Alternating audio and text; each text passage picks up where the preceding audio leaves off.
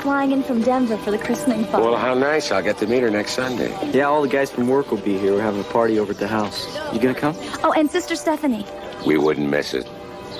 And how is the object of all this attention, huh? Look at that. She's sleeping like an angel.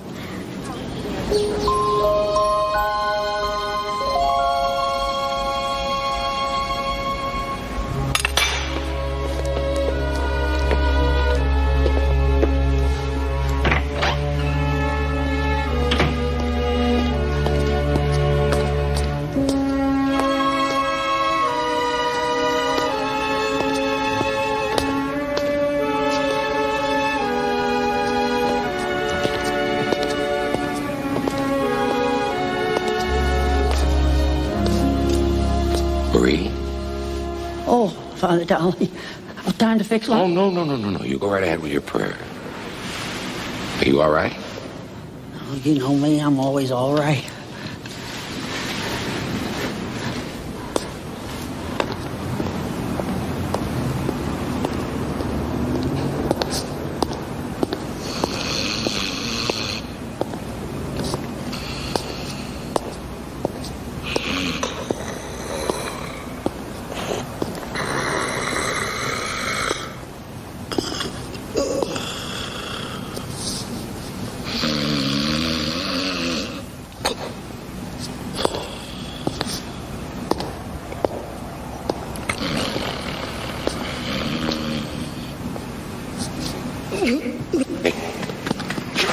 Amen.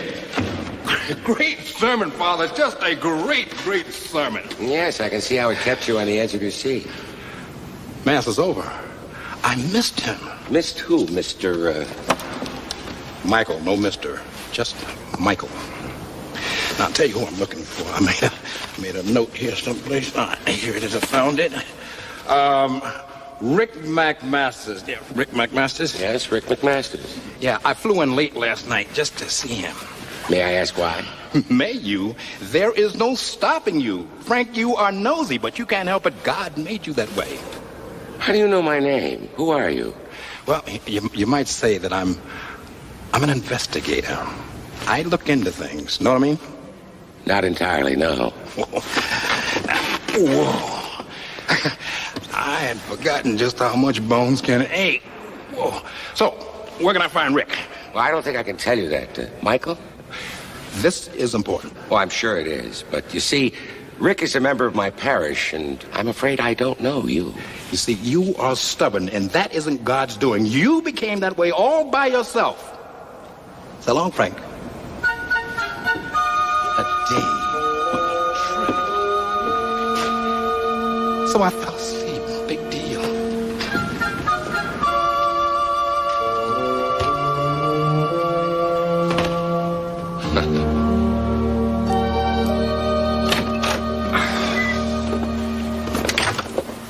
Mike, I think you should go see Rick McMasters. I just saw him in Mass. Oh, well, I think you should go over and talk to him. I just have this feeling about it. Something wrong? I don't know. I just have this very strong feeling that you should go talk to him. All right, I will. Where are you off to? Senior Citizen Center, and I'm late. I'm sorry lunch isn't ready. I don't know what's wrong with me. I forgot to go to market. Oh, don't worry about lunch, Marie. Would you give me a lift? Oh, sure, I'll get my coat. Oh. Is something troubling you, Marie? Would you like to talk about it? Now you've got a parish full of people telling you their troubles. Isn't that enough? Well, you're more than a parishioner, Marie. You're a very good friend. How's your sister? Well, Mildred hasn't been feeling well, and she's going into the hospital for tests. How'd you know? Well, I paid the phone bill yesterday, and I couldn't help notice there were quite a few calls to Cleveland. Well, I'll pay for those calls. No. You'll do no such thing. Tomorrow morning, I'm going to offer my first Mass for Mildred. Oh, thank you, Father Dowling. And don't you worry. God cares.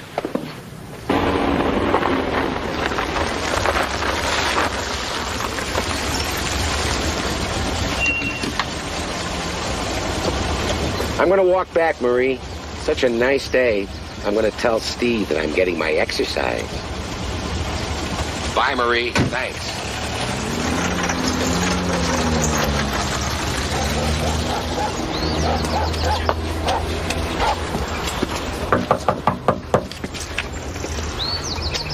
Where did you come from? Breakfast? You followed me. You see a car? Well, how did you get here? Actually, I had a Plymouth once. Red, black running boards. I romanced Ellie Stone in that car. Gave that woman the best 10 days she ever had. Father Dowling. Hi, Rick. I'm Michael. I came to warn you. Tony Locker is out of prison. I don't want to talk about Tony Locker. Now, look here. Excuse me, Father. Rick, this is very, very important. Look, forget it, all right? Tony Locker is history. I don't know why you brought him here, Father, but I don't want to talk to him. He thinks you're with me. Well, why not? I'm a nice guy. Have a nice day, Mr. Michael.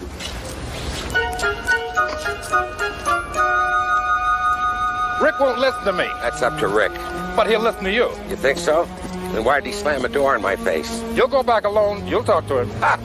What makes you think that? Because it's a matter of life and...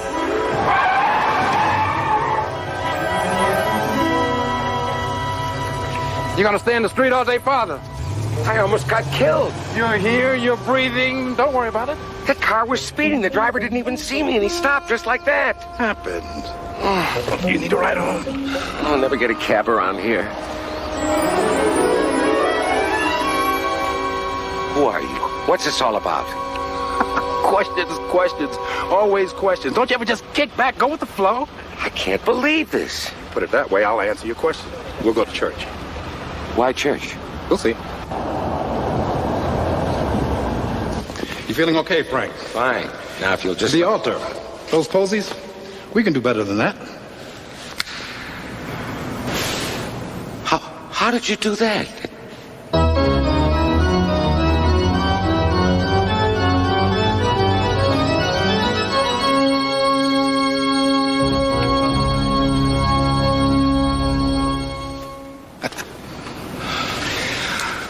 Now, to answer your question, Frank, I'm an angel. You're what? I'm an angel. I am assigned to the record division. The computer made a mistake. All right, I made a mistake. Now, Frank, someone is being called before his time. You don't expect me to believe that you're actually an angel? And you don't expect me to go out and perform any big stunts because there are limits to what I can do. All right, see if this worked for you. Your twin brother, Blaine? Last week you prayed for the salvation of his soul. Good enough for you? Well, now, how would you know that? Because where I'm from is common knowledge. Now, look. Well, it's just a cocktail napkin with smudged writing. I came through a rainstorm and it got soaked. I can only make out the two names, Rick McMasters and Tony Locker. Well, what about it? You have got to keep Rick McMaster away from the hood Tony Locker. You mean Rick could get himself killed? Frank?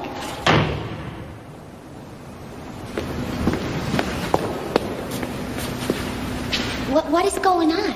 Did I hear organ music? Oh, well, I can't explain right now, Steve, but you were right, and I think we should go see Rick McMasters. He said he was a what? I know it sounds crazy, but that's what he said. Oh, yeah, did you smell his breath?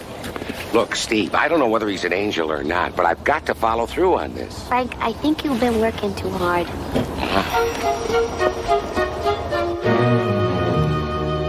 I'd urge you not to get involved with Tony Locker. Why would I do that? Rick, I know that years ago your father worked for Tony Locker. And when Locker and his associates were arrested, your father already was a very sick man. But Locker never implicated your father. Yeah, Locker kept his mouth shut, and Dad ended up dying at home instead of in prison. So what? Well, it's a very big favor Locke did for your family. So Tony's a sweetheart. And so what? I haven't heard from him. Well, according to my sources, you will. Hey, you mean that bum you brought over here? Well, he's not a bum. He's a... Well, I'd rather not say. I'd rather he didn't either.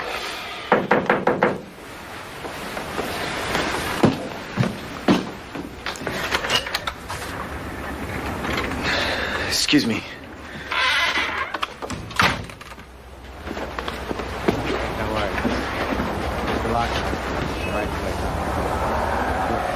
I know one of those guys, Frank. It's bad news. Let's go the way.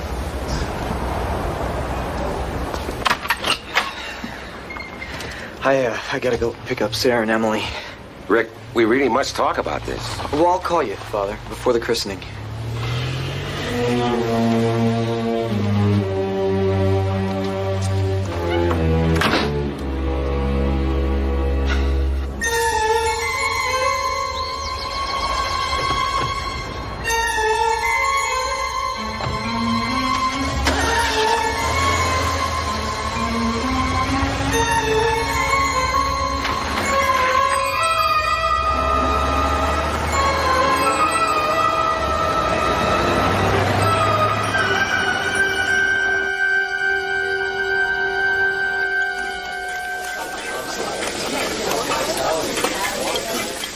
Looking good, Rick. Marriage agrees with you. And you're a daddy. Baby girl, isn't it? Yeah. Her name's Emily. Emily. That's nice. Father would have been proud. Your mother got the money I sent her? Oh, yeah. You know, we really appreciate that. My pleasure. Made me feel good to know your father died at home. And whatever comfort I could provide. What do you want, Mr. Locker? I own this place. Used to serve the best pizza in town. Go away for 5 years, everything changes. But not you, huh, Rick? I haven't changed either, Rick. I'm looking to get back into business. But I need your help. What could I do? Remember the time you came to me and asked me to keep your father out of jail? Yeah, I remember. Now, there was a man who understood loyalty and obligation. He knew that a man pays his debts and the debts of his family. Isn't that right, Rick? Are you saying I owe you, Mr. Locker?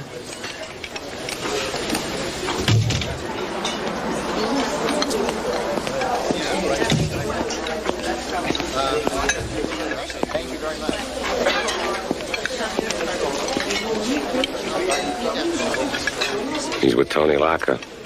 I don't like this, Steve.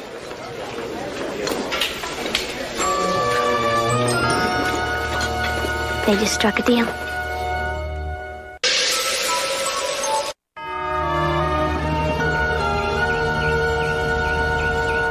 God is the giver of all life, human and divine. May he bless the father of this child. He and his wife will be the first teachers of their child in the ways of faith. May they be also the best of teachers, bearing witness to the faith by what they say and they do. In Christ Jesus our Lord. Amen. By God's gift, through water and the Holy Spirit, we are reborn to everlasting life.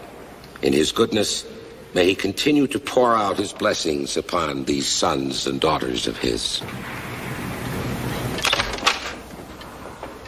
Yeah, Sure, yeah. A little louder. I can hardly hear you. Yeah, louder, Yeah, I'm back. Yeah. So what about it, Ellie? Do we go stepping tonight or not? Okay, I'll talk to you later. Yeah, sure, I'll stay out of trouble. Bye. Excuse me? Can you believe this? I call up 4 foxy ladies who used to be absolutely crazy about me. And what do I get? I get an earful of kids and grandkids and bunions and rheumatism, falling this and collapsing that. I tell you, Stevie, it is getting disheartening. I'm sorry, do I know you? I'm Michael, Father Dowling's friend. Oh, yeah. Frank says you're connected. I mean, you know some things that most people don't know. Yeah. I know some things about you, Steve. Like what? Well, like the time you got old man Casey drunk and you took your friends for a joyride on his truck while he slept it off in the back. How do you know about that? And the time you stole the statue of St. Teresa's from Sister Martha's classroom. Actually, St. Teresa was flattered. Now, Steve, that baby that you delivered, the mother was your best friend, Karen. She was 14 and so very, very frightened. You remember you took the baby and Karen to the sisters? You always wondered what had happened to her. Well, the baby's fine. Karen's happy and married. And she prays for you every day. promised Karen I would never tell anybody about that. And I never did.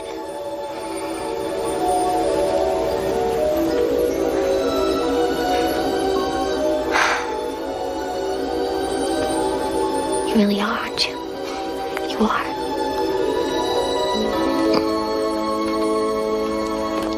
I just took a pie out of the oven. Thought you might like some. Oh, dear lady, how thoughtful. I don't know why I took a notion to bake. I haven't made a rhubarb pie in years. Rhubarb, my favorite. How delightful. Coming, Steve? Yeah.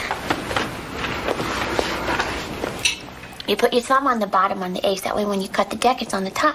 Hey, hey. Hi, Frank. Talk to Rick. Yeah, after the christening, but I didn't get anywhere. On top of that, I misplaced my missile. Here it is. You dropped it on the floor. Oh, well, thank you. Michael, would you take another look at your notes that you made on that cocktail napkin? Maybe there's something more you can tell me. Sure. Here, down here. I had it here somewhere. Okay. Maybe it's over here. Not there.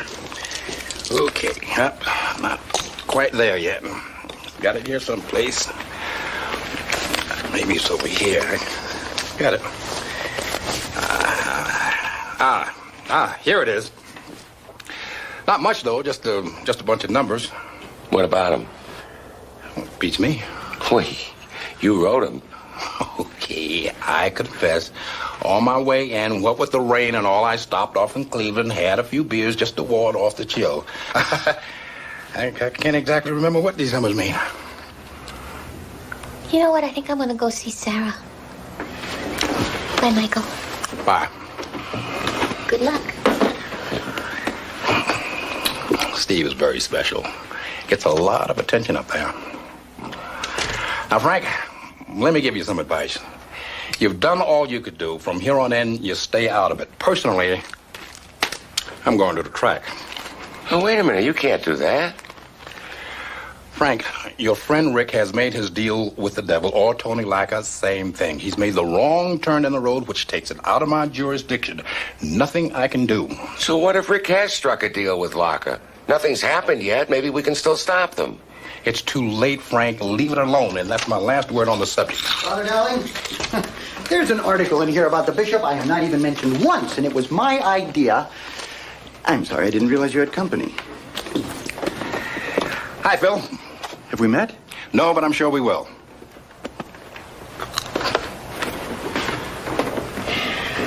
Who is he? Oh, he's just passing through. What's going on here, Frank? Is he with the church? Yes. In fact, he's quite high up. I knew it. There's something about him. Traveling incognito?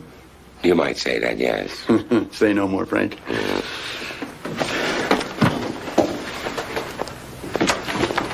This pie looks wonderful, Marie. It is. But it's for company.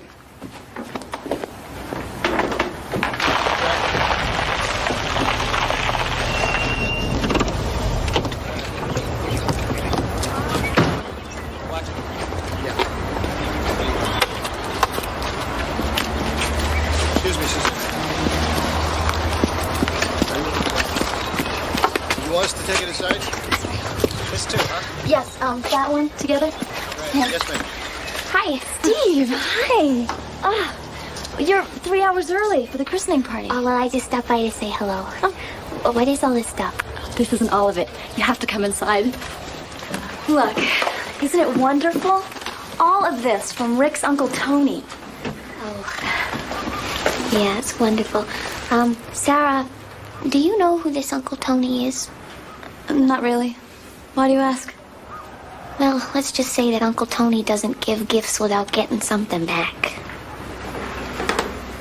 Is something wrong, Steve? There's nothing wrong, honey.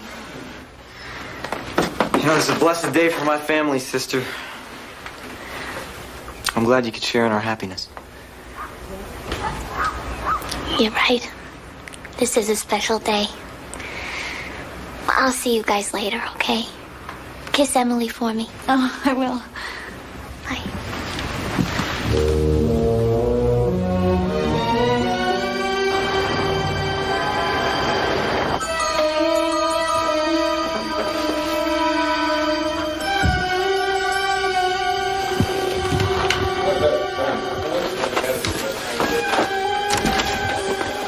Bert's waiting for you, boss. Let's go.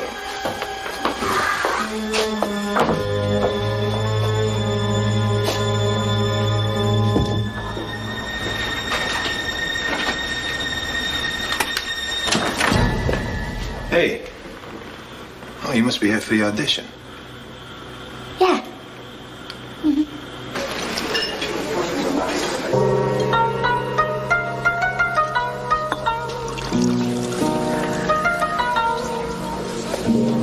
It's all yours, honey.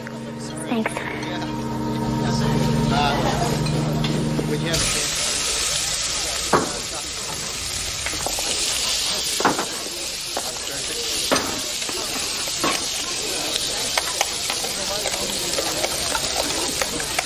I got a warehouse on 12th, just south of Wabash. You know the place? I know the place. It's where the Carrera brothers got it. I need the delivery made tonight. You realize this is not the easiest item to put your hands on. Deal goes off tomorrow. Now, don't disappoint me. You can count on me, Tony. It'll be there. Half now, half on delivery. You got it. Well, that's it. Gotta go. Sayonara.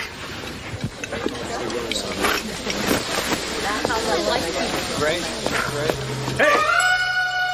Not so fast.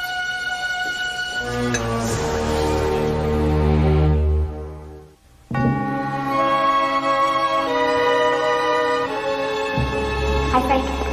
Hi. I keep losing my missile. Why don't you tie it around your neck like mittens? Ha ha. Where have you been? Well, there I was, slicing and dicing the onions, and the bean sprouts were flying. What are you all over. talking? Well, I went back to that Japanese restaurant and did a little snooping around. Steve.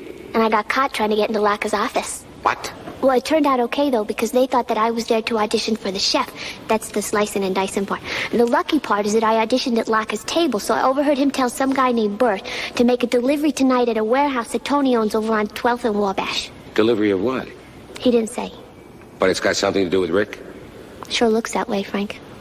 Well, thank God you got out of there all right. Well, it wasn't easy, you know. As I was leaving, this big goon comes up and he grabs me and he spins me around. What happened? Start Wednesday. Raw squid, Frank, all you can eat. Ooh.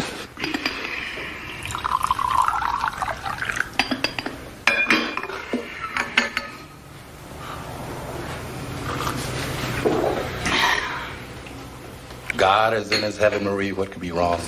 I didn't see you come in. Please, please, dear lady, finish your tea. I don't know what's wrong with me. I never get tired. You're worried about Mildred and her medical test.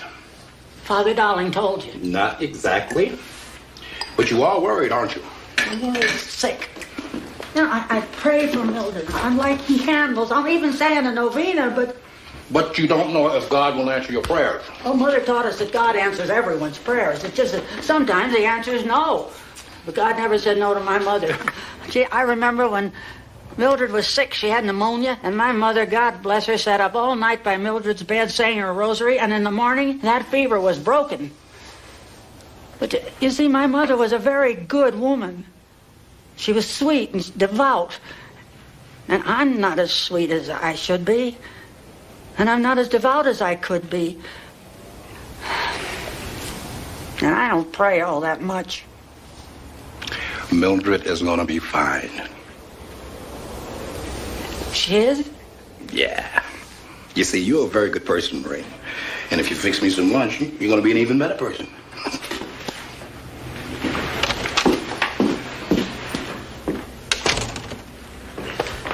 Marie, have you seen Michael? Didn't you pass him on the way in? He was in here? He was here just a second ago. How could he disappear so quickly? Well, he's had a lot of practice. Look, if he shows up again, will you tell him we'd like to see him, please? Bye. So what do we do now? I'm not sure. Maybe visit a certain warehouse?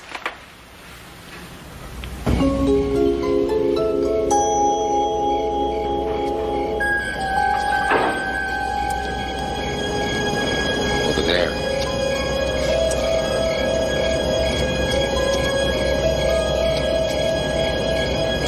Where's that truck? Blake.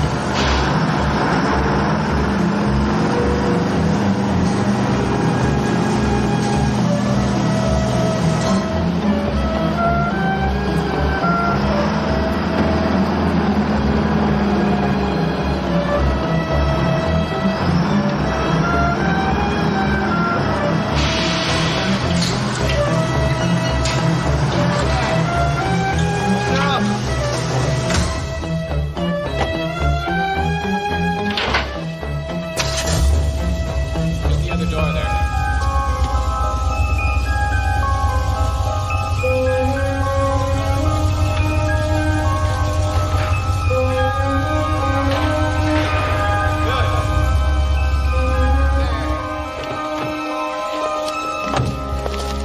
Here you go, Bert. Right. You boys call Danny here when you're through with the paint job. He'll take a look at it. And let's do nice work here, huh? Okay, Mr. Locker.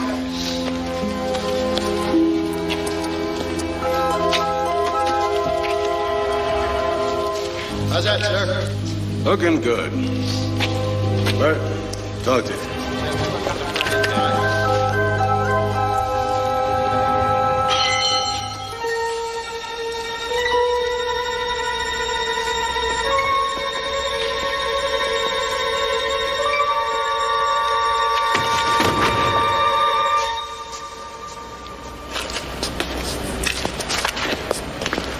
There can't be any mistakes tomorrow. I'm going to be there.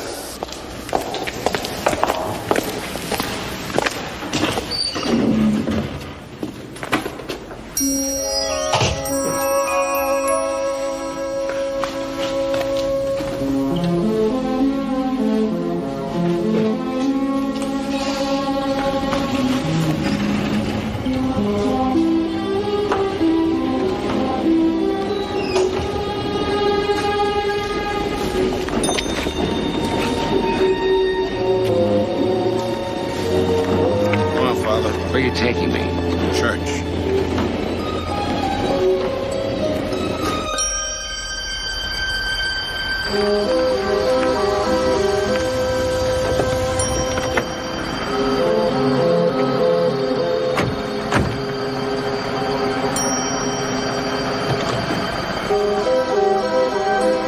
Let's go inside.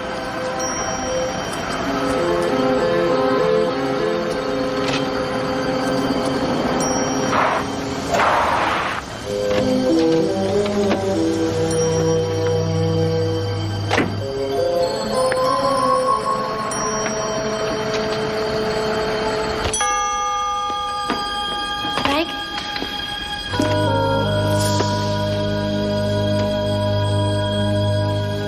Shh. Bless me, Father. You're going to hear my confession. Go ahead, Mr. Locker. Tomorrow morning, a Morgan Security armored car is scheduled to pick up a shipment of diamonds. It'll never get there. Rick told me the route they're taking, and we have a fake armored car waiting. We hijack their armored car, ours picks up the diamonds, and Tony Locker's back in business. You have no intention of resisting temptation? Nope. Without that, or remorse, I cannot give you absolution. You can't talk about it either, to anyone. See you around.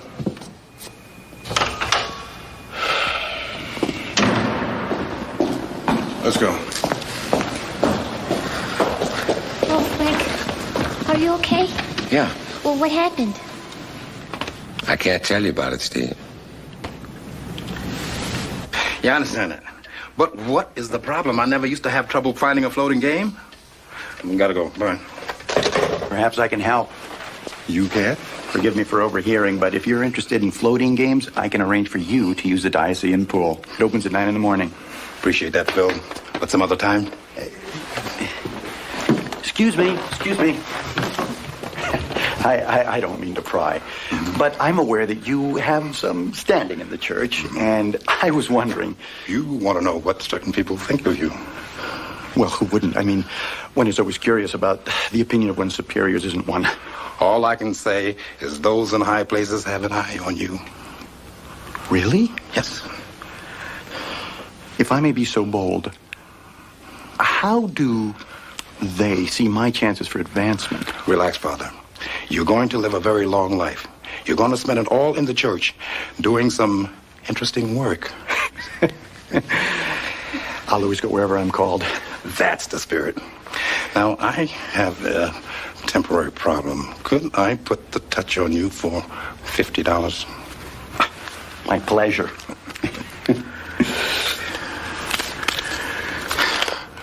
Wish me luck. Good luck.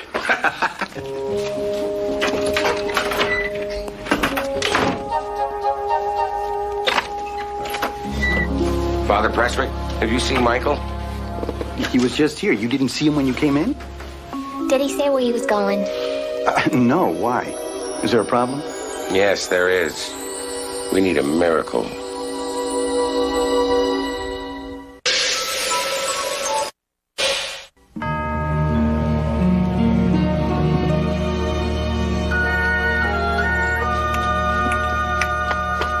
Frank, I know you're stymied.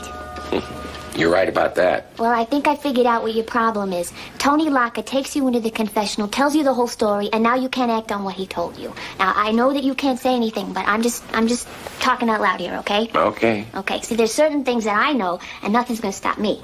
That's true. So listen to this. I've been putting it together all night, and I think I got it. I go to the Japanese restaurant. I hear Tony Locker saying he's getting an item delivered. Then we go to the warehouse, and this huge moving van shows up. So I figured that the item inside has got to be a really big one, right? Now, I don't go into the warehouse, so I don't see what's happening. But it's my guess, and I'm thinking like you here, Frank, that there is an armored car inside that moving van. What makes you say that? Because Rick McMasters works for an armored car company. And why else would Locker need him for the deal? So, Tony Locker takes delivery on an armored car. The next question I ask myself is why? And what do you answer yourself? Well, I figured that these guys are up to no good with this armored car. Some kind of a heist or something. Am I right or am I right? Well, that's certainly a possibility, I guess.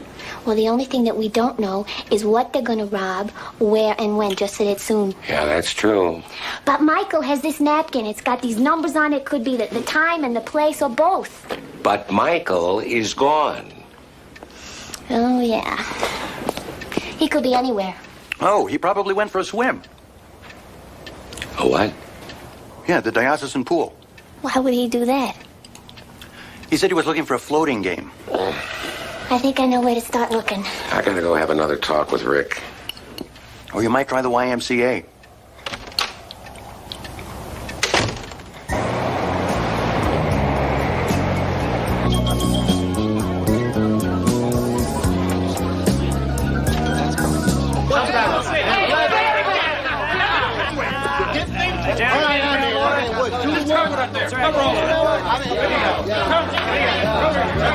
Here we go. Hey! $20. All right, where are we? We gotta talk.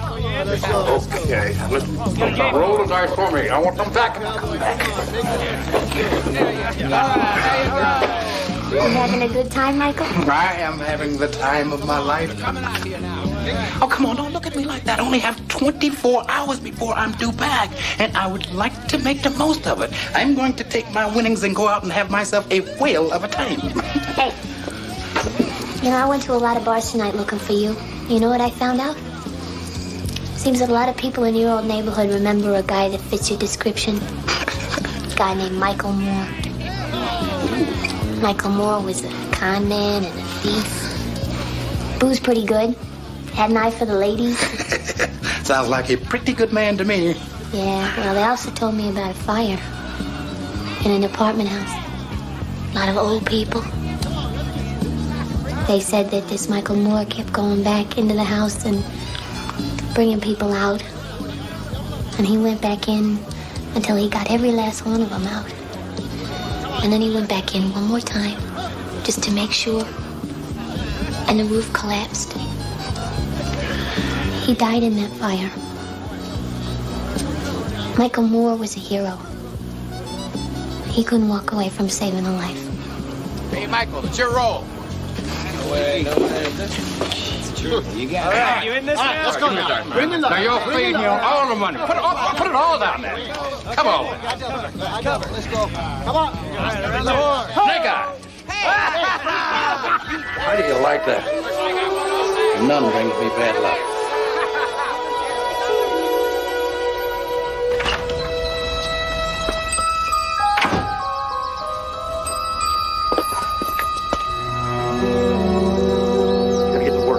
You're in trouble, Rick. I know you made a deal with Tony Locke, and I know it's going to happen today. You going to the police? Ordinarily, I would. I'd have to. But in this case, I can't, and I can't explain to you why. But you've got to do it, Rick. You've got to go to the police and tell them everything you know. I can't. You must. For Sarah and for Emily. The police can help you, and I can help you. You know, you think so, Father. You're wrong.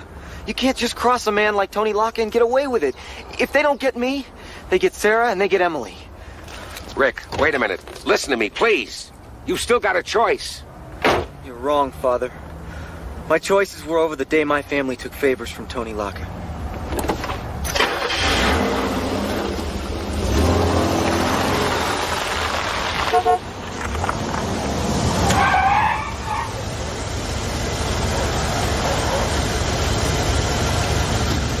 Did you find him? Oh, yeah. What can I say? It's been a long night.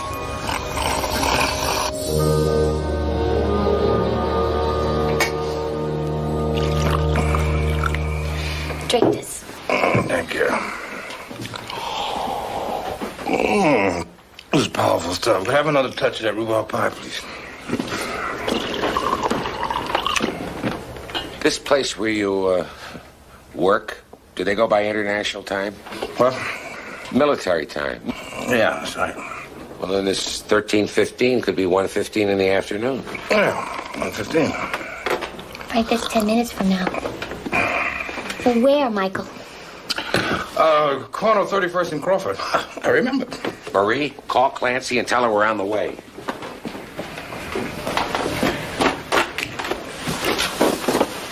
Where's Michael?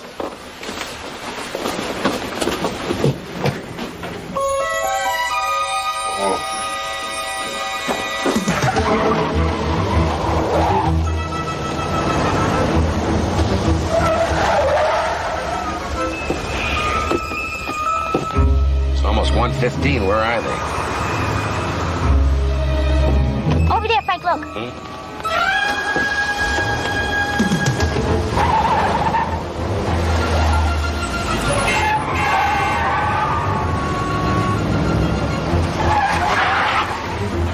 What are they doing here? It's all over, Tony.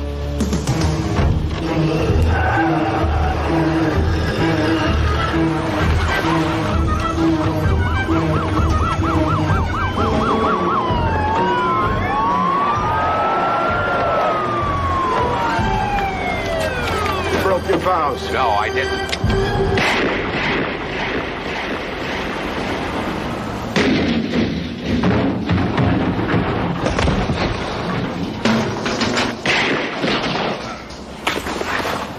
Frank, put the gun down now. Call an ambulance! Frank, don't die on me, Frank.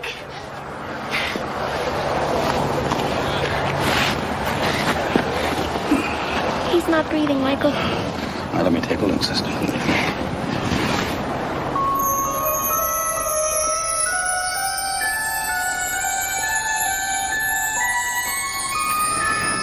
This was in his pocket all along. and a stopless bullet.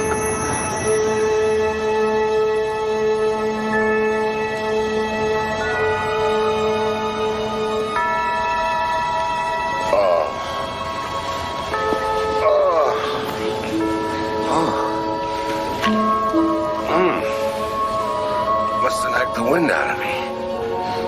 You're all right. Yeah. Nice pulse.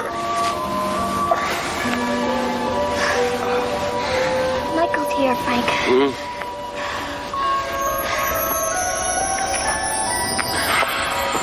Michael.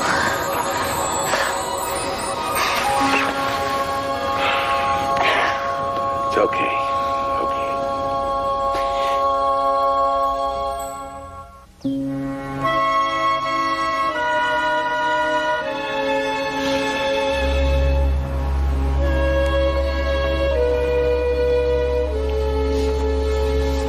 When Michael told me that somebody was about to be taken prematurely, I just thought it was Rick. So did I. All the time, it was me. You know, Steve, I've seen miracles of faith, love, courage, the grace of God working through his people. But I never saw anything like this. I don't understand it. Neither do I, Frank. Do you think he'll be back? I don't know. I hope so. I'd like to tell him how grateful I am. But somehow I think he knows.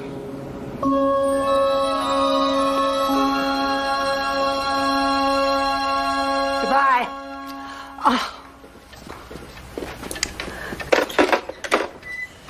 I just got off the phone with my sister Mildred. Her test came back. She's fine. Oh, that's so great, Marie. You must be relieved. Oh, I'll say.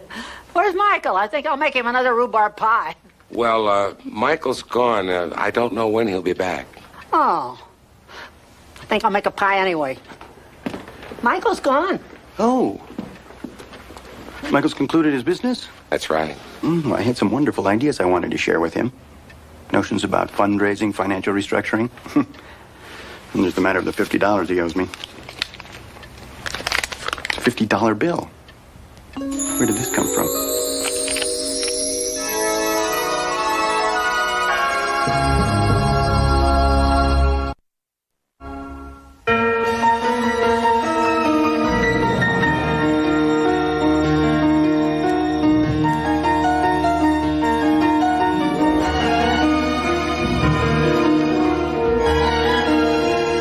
And watch out for...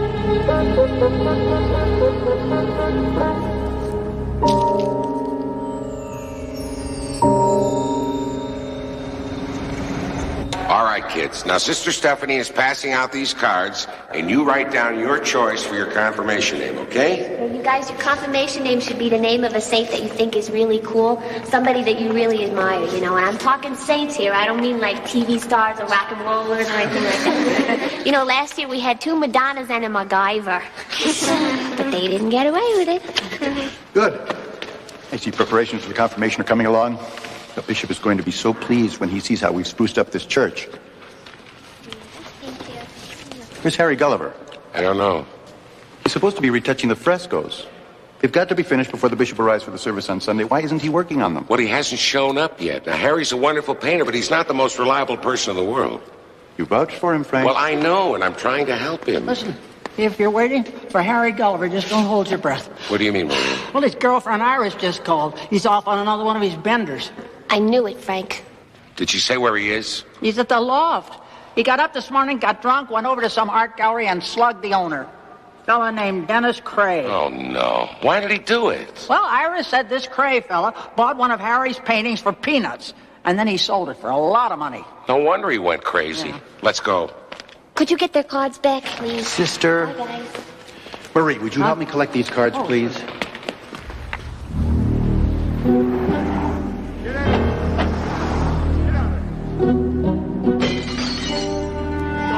Let's go, man!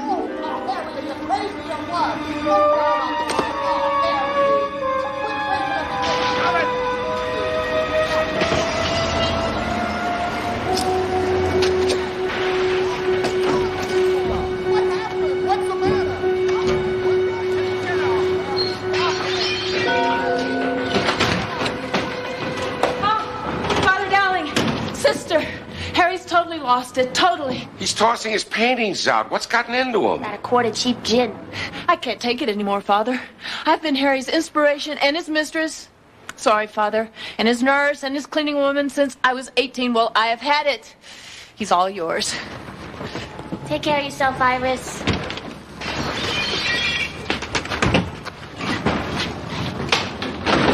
Get away from me. Come on, take it easy, Harry. Please. Come on, Harry! Harry, what are you doing? Watch it, Father. Harry! Just stop, Harry. Calm down. What do you say we go and have a cup of coffee, huh? Where did you get this trash? They're yours, Harry. You threw them out the window? Oh, you want them? You want them? They're yours. I'm hanging up my brushes. What are you talking about?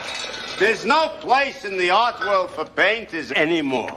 Only thieves like that rat, Dennis Cray. Yes, we know all about his selling one of your paintings. It was a lousy thing to do. That's no reason to attack him with your bare hands, Harry. What else could I do? I didn't have a gun.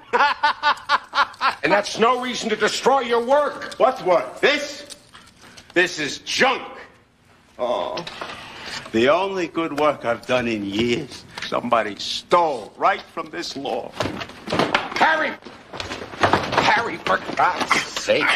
You've got to stop behaving like this. Oh! What difference does it make? I'm finished.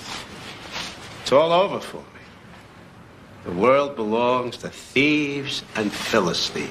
Just take it easy, will you, Harry? And you're one of them, Angelo. You call yourself an artist. You should paint clowns on velvet. I do paint clowns on velvet. I'm not surprised. I'm going home. Nice work, Harry. First you lost Iris, and now you've lost your friend Angelo. Is that what you want? Who needs them? You need something. You're right. I need a drink.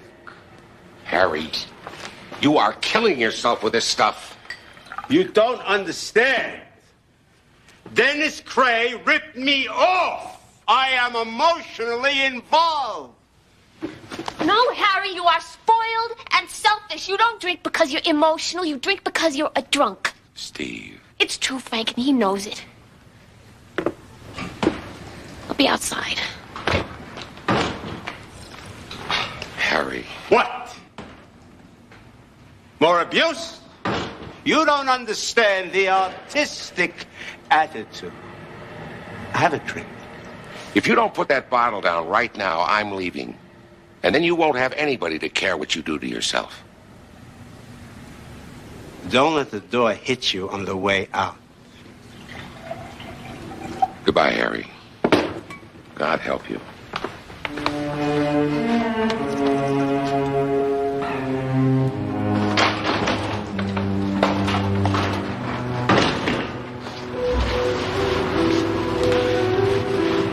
I really lost it up there, Frank. You did. See, sounds like my father, Frank. Smells like my father. Your father is gone, Steve. You're yelling at the wrong man. I know. It's not gonna happen again. I don't feel sorry for him. You don't have to. just have a little sympathy for someone who needs a lift to the Dennis Cray Gallery.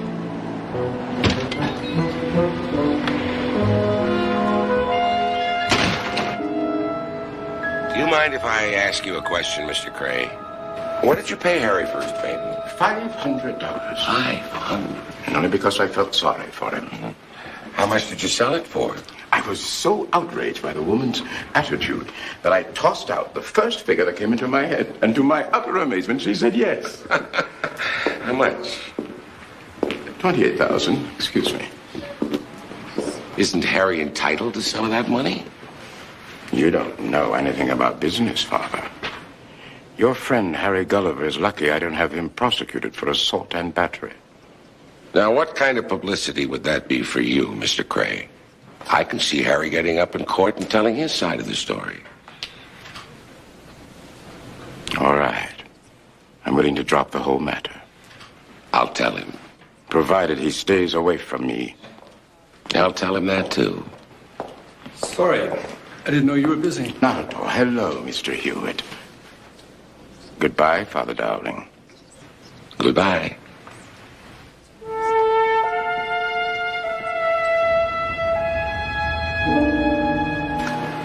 Have the girls pick the name Teresa. That's my confirmation name. I love St. Teresa. Mine's Paul, after St. Paul. What's yours? Well, Good afternoon, all. What's the word on Harry Gulliver? Harry? Oh, well, he's taken a short sabbatical. maybe a long one. What about the frescoes? The bishop is going to be conducting a confirmation service in St. Michael's.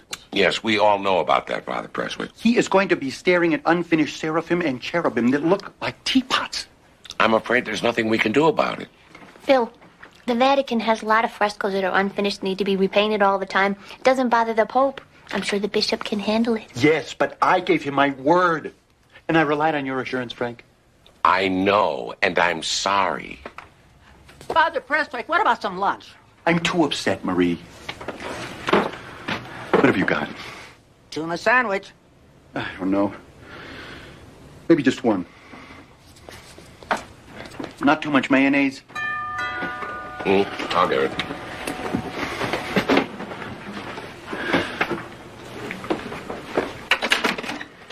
Harry.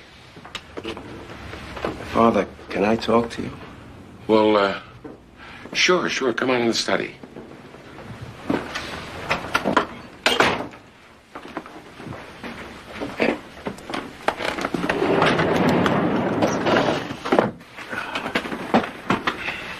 I'm sorry about the way I behaved yesterday. Oh, that's all right.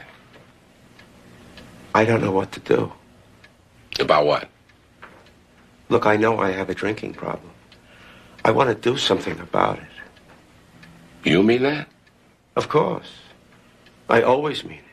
I make a resolution. I try to straighten my life out, and something always happens. I don't know what to do about it. You've got to help me. I can't help you unless you help yourself. But if you're really serious about this, I can put you in touch with an alcohol abuse clinic. That's the first step.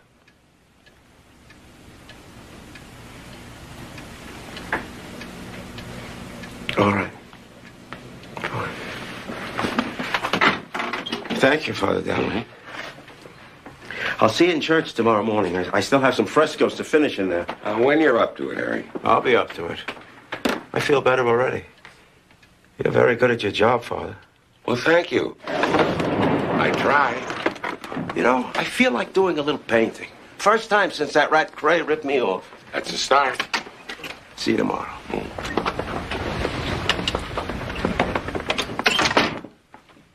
Look, that church is perfectly The church is spotless. about his perfect spot. Father Presswick, I'm keeping my fingers crossed when I say this, but it looks like you're going to get those frescoes of yours painted after all.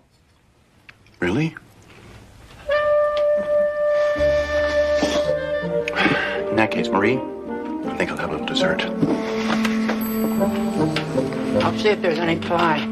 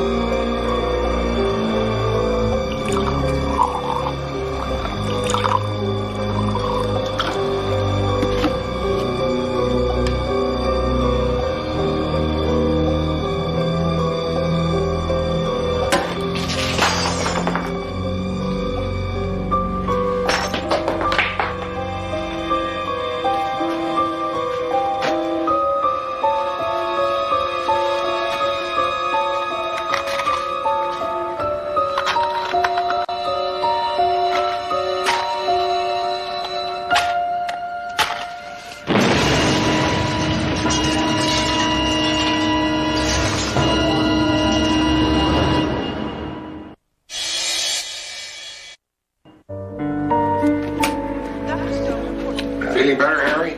Oh, I'm fine. Just that quack Dr. Greenberg. He wants me to stay overnight for observation. Angelo Capelli, we met over at Harry's place. Oh, yes. Nice to see you again. Hi. Hey.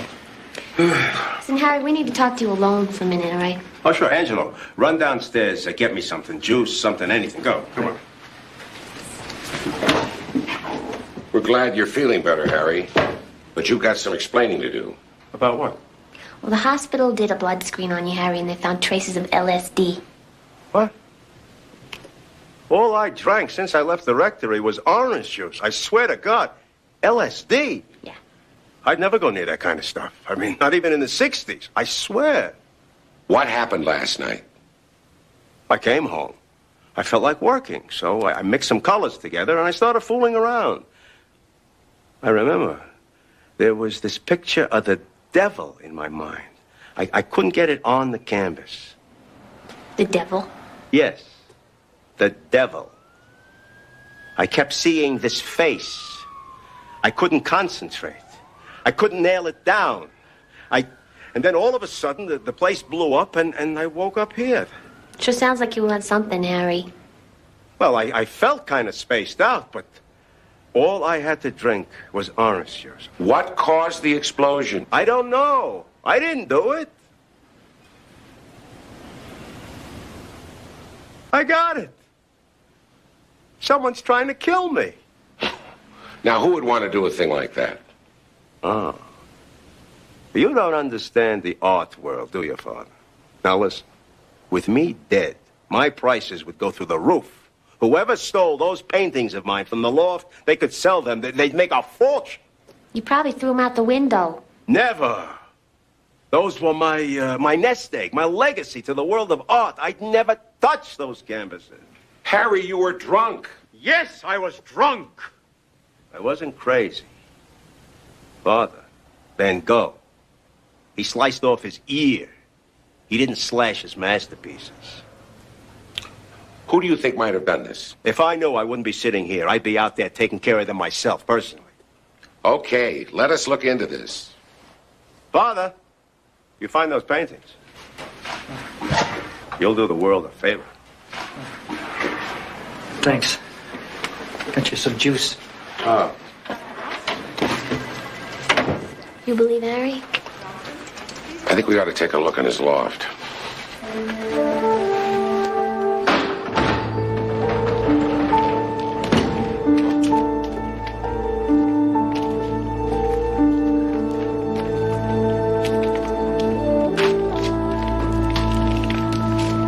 Excuse me.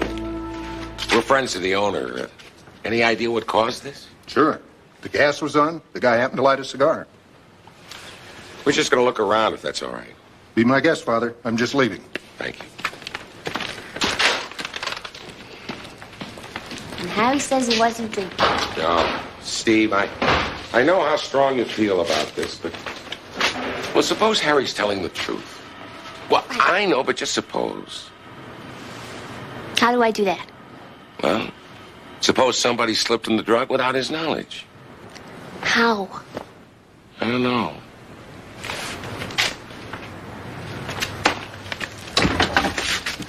Whoa.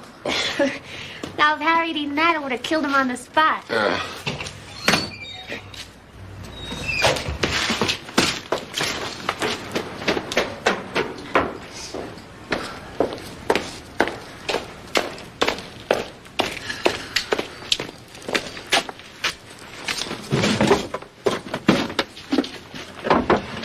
What are you doing here? I was going to ask you the same question.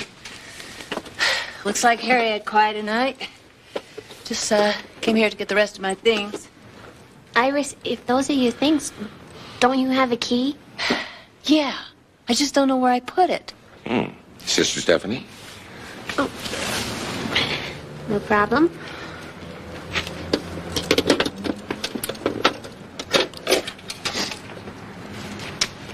See? My passport. My Social Security card.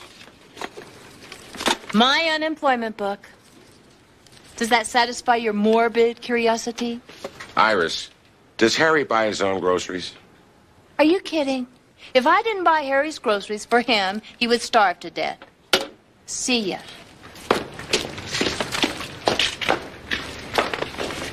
What do you think? Ain't love grand?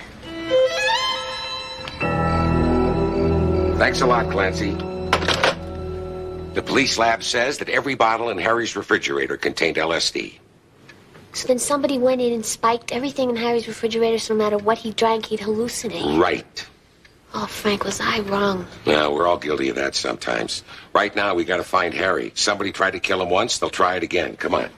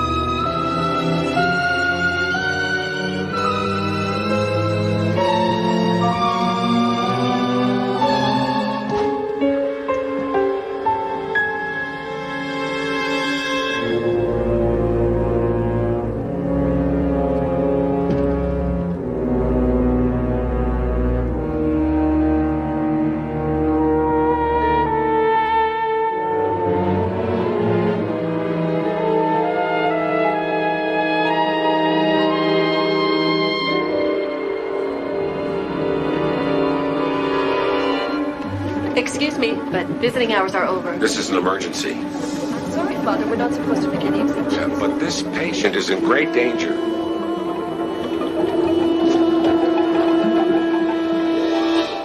Harry? Harry! Harry! Harry! Father. We just wanted to make sure you were all right. Oh, I could use some sleep. Father, please. This gentleman's doctor is Sam Greenberg, who's a very old and very dear friend of mine. Now, I happen to know that he usually makes his rounds at this hour, and I would appreciate it if you'd be kind enough to have him paged for me. Please. It's very important. All right. But that's all. What's going on? We're going to take you home with us. Well, what's the rush? Well, we think someone is out to get you. I could have told you that. I did tell you that. Well, Frank, your timing is perfect. What's the problem? How are you, Sam? We'd like to take Harry home with us. Look after him there. I don't see why not. You're very lucky, Harry. It's just a slight concussion. Not a mark on you. I'll sign the discharge. Thanks, Sam. Oh, no. My clothes are in the closet.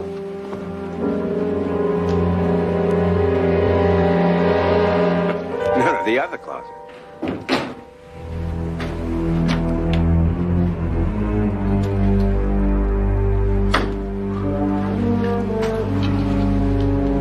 Thank you. You could help me get dressed, sister. I'll wait outside, Harry.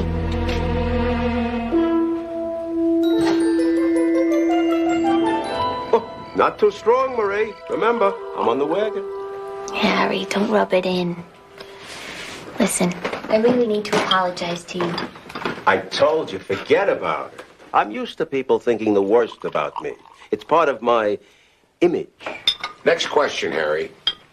Who spiked your juice with a hallucinogenic drug? Nobody came to your apartment that night that you can remember?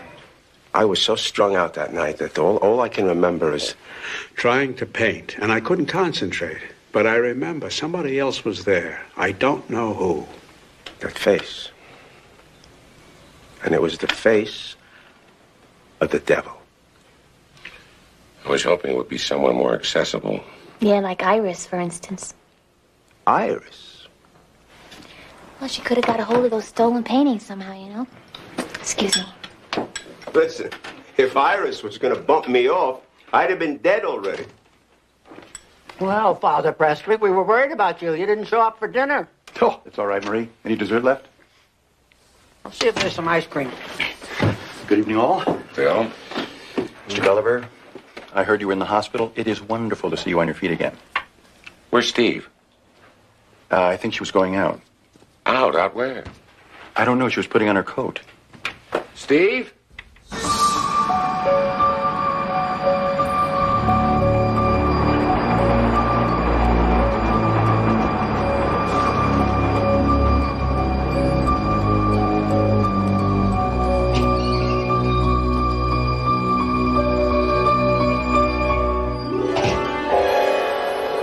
Are you prepared for death?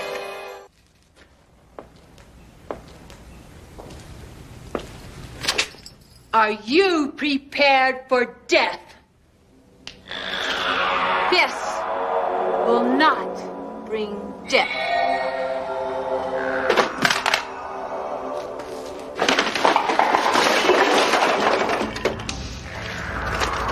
Death comes in small packages.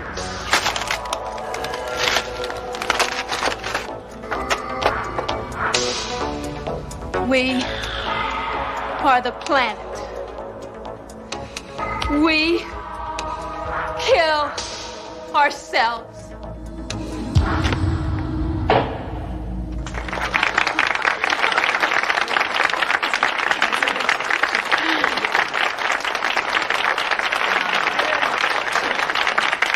Thank you for coming. Good night.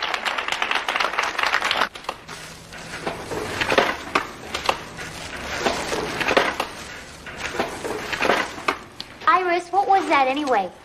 Performance art. How'd you like it? Very interesting. Steve, you're a born critic. That one of Harry's? Ha! Harry would kill you if he heard you say that. No, my 6-year-old niece did that.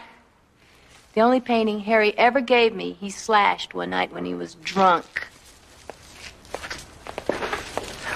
Harry says someone stole some paintings from his loft. You mean ones he didn't throw out the window? I mean, you were there. You saw it.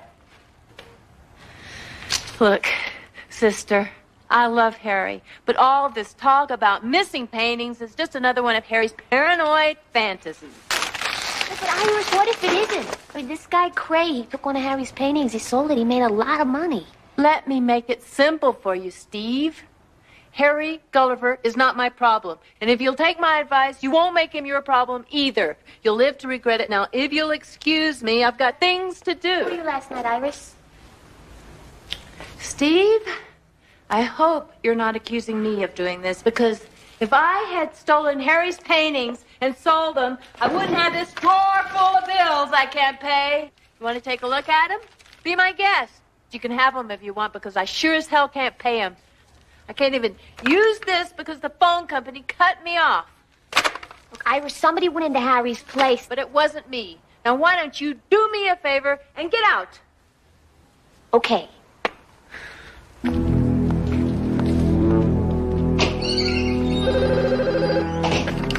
Yeah. I was wondering when you'd call. Yeah.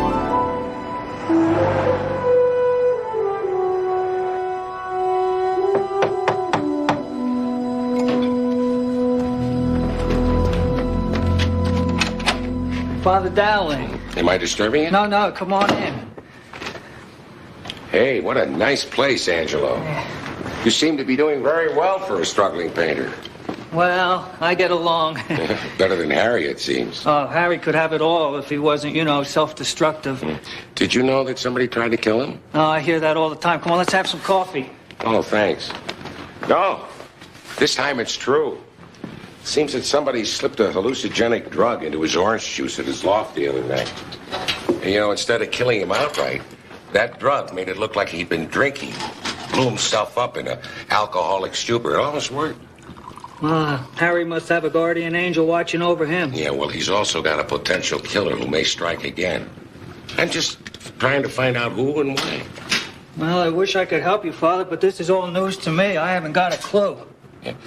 Harry, he thinks that someone is stealing some of his paintings. And if he's dead, they'll go way up in value. Father, Harry never keeps track of his work. If he doesn't like something he's doing, he paints over it or throws it out. One time I even saw him set fire to some stuff he didn't like. And don't forget, he's usually so drunk he doesn't know what he's doing. So when he says somebody stole my paintings, well, you got to just take that with a grain of salt. You think so? Absolutely. I know Harry. He's my best friend. Yeah. Well, thanks, Angelo. You bet. Why is that, by the way? Why is what? Why is Harry your best friend? All I've ever seen him do is treat you like some kind of a servant. Well, I never said he was easy to take, but he's a genius, and, well, you know, he's just Harry. That's true enough. Oh, did I ask you where you were the night before last? No, why? Well, whoever spiked Harry's orange juice, he must have known an awful lot about him. Are you accusing me? No. But I did have to ask the question. You don't have to answer. I was here painting all night. Thanks again, Angelo. You find something out about that, you'll let me know, won't you? Oh, yes. Yes, I will. Thanks for the coffee.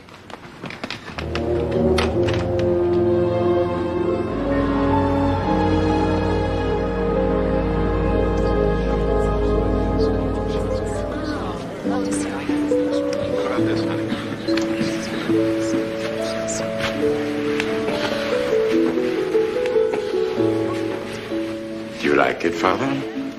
Oh, well, it's it's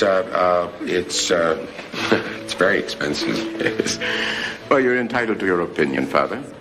Art, like beauty, is in the eye of the beholder. I guess it is.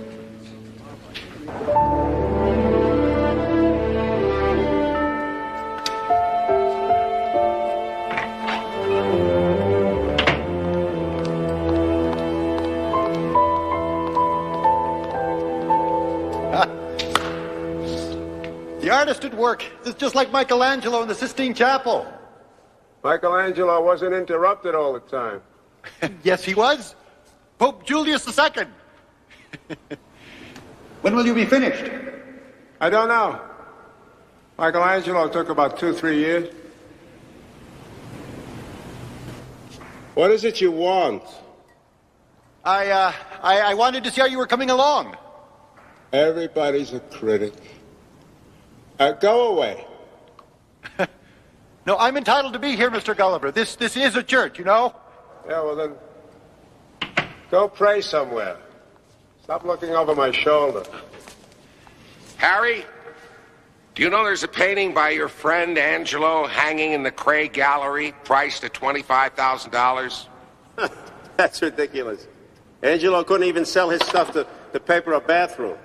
Well, apparently Mr. Cray doesn't agree with you. That's how much he paid for it. He told me himself. You think it might be a payoff? For what? Maybe for stealing those missing...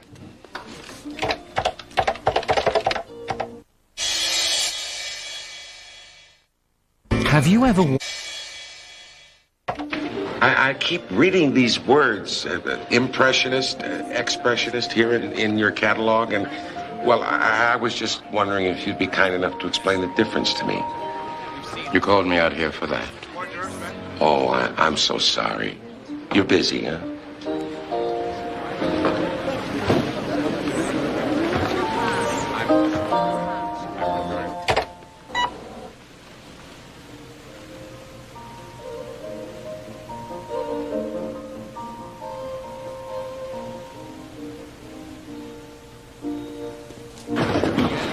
What's that priest Dowling doing here? Making a nuisance of himself. Well, he and that sister Stephanie with that funny last name, they're trying to find out what happened to Harry's paintings. Stephanie.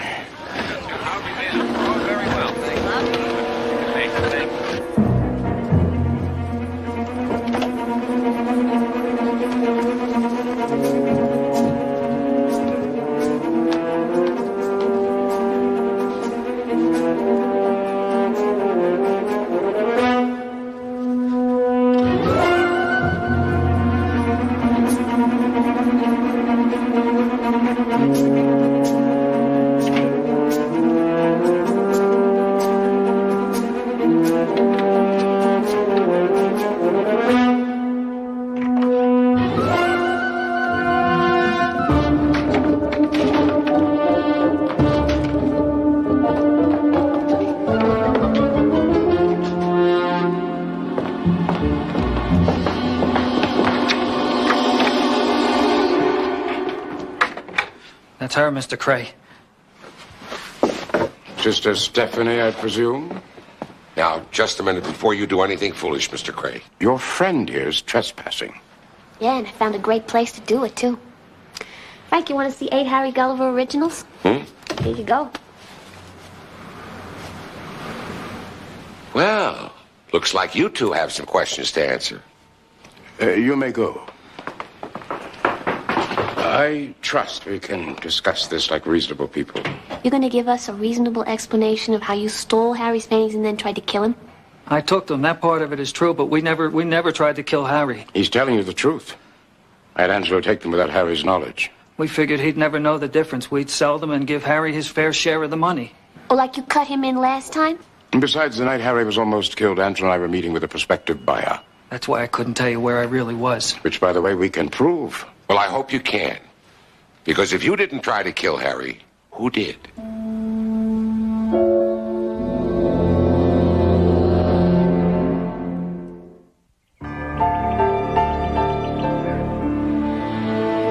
Well, at least Harry got his paintings back. You know, Frank, I would have bet the car that it was Dennis Cray and Angelo that wanted to do him in. Well, if it wasn't them, that only leaves Iris. Yeah, I guess Harry gave her a lot of reason over the years. Maybe, but she had no real motive. Come quick. Harry is destroying the church. What? Hurry.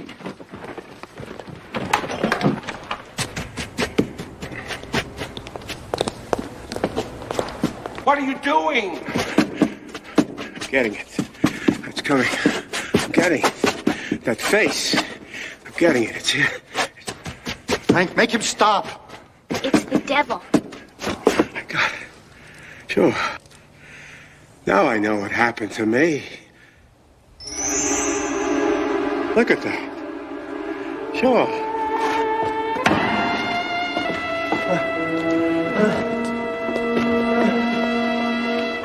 It's Iris. Harry! Harry! Wait!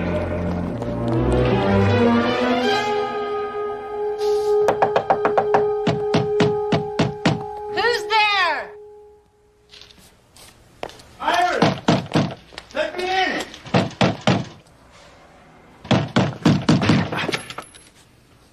Iris! Let me in. It's me, Harry. I just want to have a quiet little chat. Harry, stop! Honey, I'm home.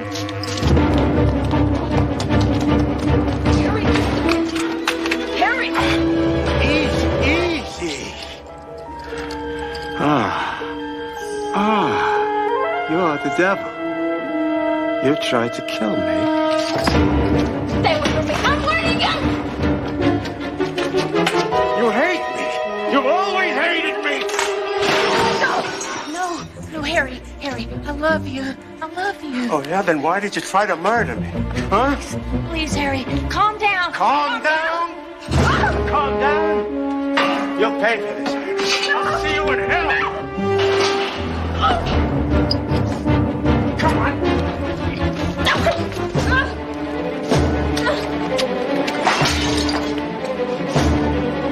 You'll pay for this.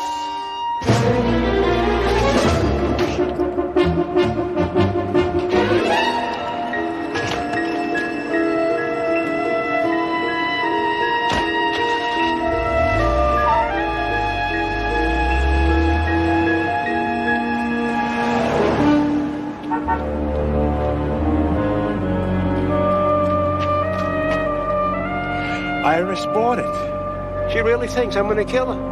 And I'm such a sweet guy.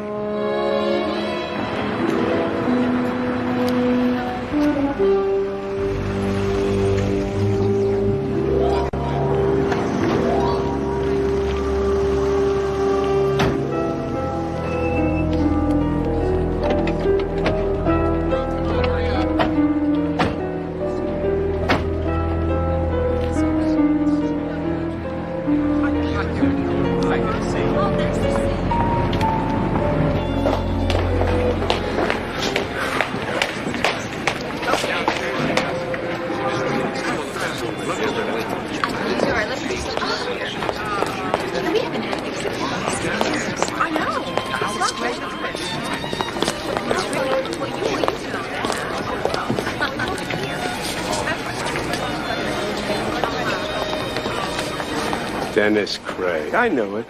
Ripped me off. Tried to get Iris to kill me.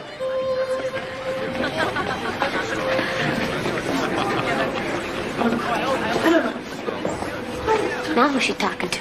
That's Marshall Hewitt. He's the one who gave the painting to the museum.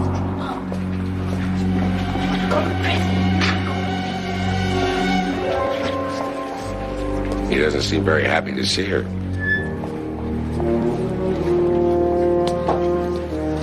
Harry? Hey!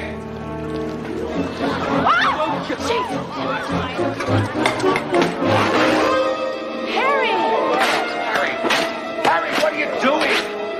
He's crazy. No, it's mine. Call the police. No. It's an original Gulliver. I painted this myself. It's a forgery. I'm a forger. I was a forger. Harry. I know. I was young. I needed to survive. I needed paint and canvas. And when you had offered me what appeared to be a small fortune just to forge a couple of pictures, You jumped at it. And when you decided to donate the painting to the university for a multi-million-dollar tax write-off, you couldn't run the risk that Harry might recognize it and expose you. So you hired Iris to kill Harry. You can't prove any of this. Oh, I won't have to. After the police and the IRS get through with you, you'll have forgotten all about me. I think you should take these people downstairs and call the police. Iris, how could you? Wasn't hard.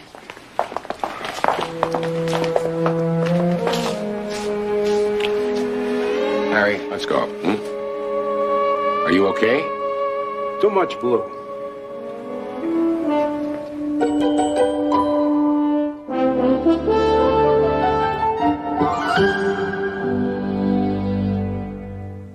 All right. Okay, don't forget to smile. Now, I need you a little closer together. Closer. Now, hold your breath. Smile. You simply won't believe what the bishop said to me as he left. What did he say? He said it was a beautiful confirmation service, Philip. Just beautiful. Well, it was. No, you don't get it. Get what? He called me Philip. That's the first time he's actually called me by my Christian name. It's a good sign, don't you think? Father! Oh, dear. Breathe. All right, hold it. Smile. Wonderful, thank you. Very nice, Guys, children. I'm so proud of you. You look gorgeous. By the way, what was your confirmation name? What? Your confirmation name, what was it? Civil. Sybil? S-I-V-L-E. Civil. I don't remember any Saint Sybil. Civil is Elvis spelled backwards. I got away with it.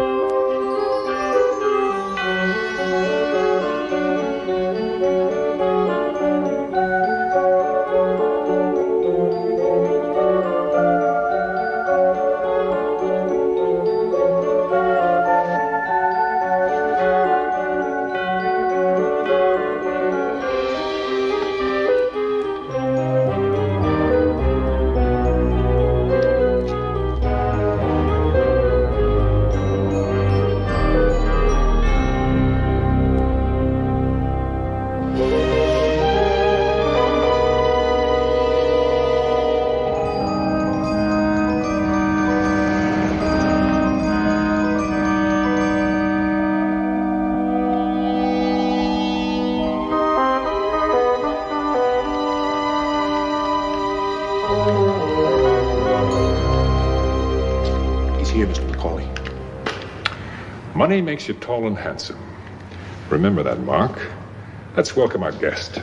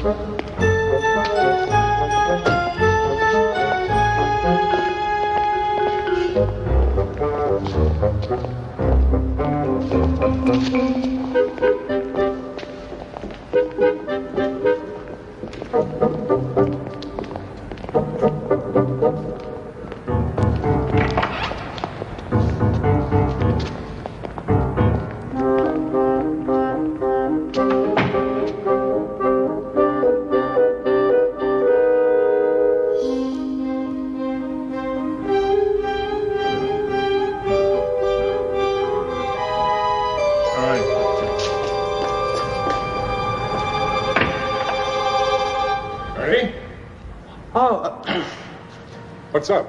Well, I've been looking for you, boss. You need me for anything else? No, not tonight.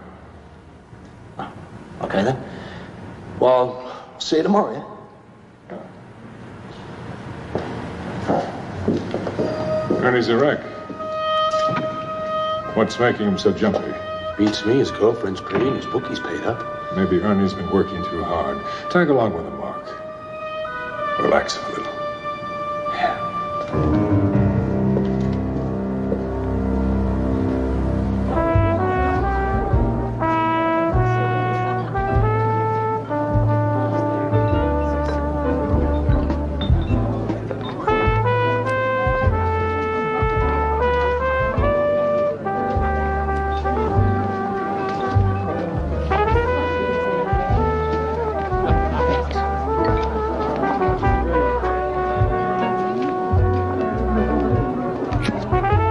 Hey, Ernie, relax.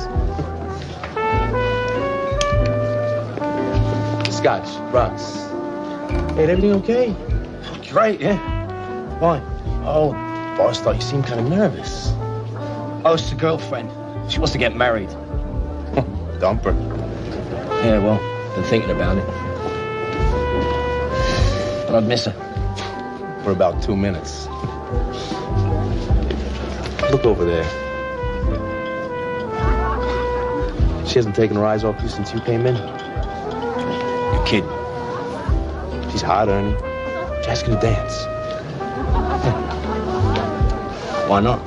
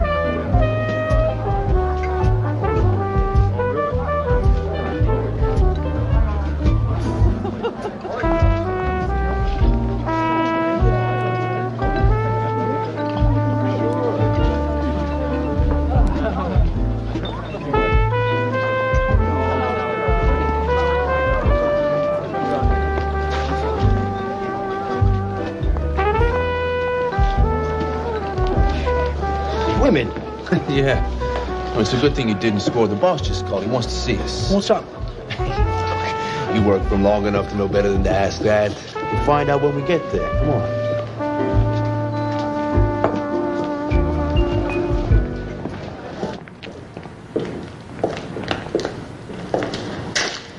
So where's Macaulay? Oh, he'll be here.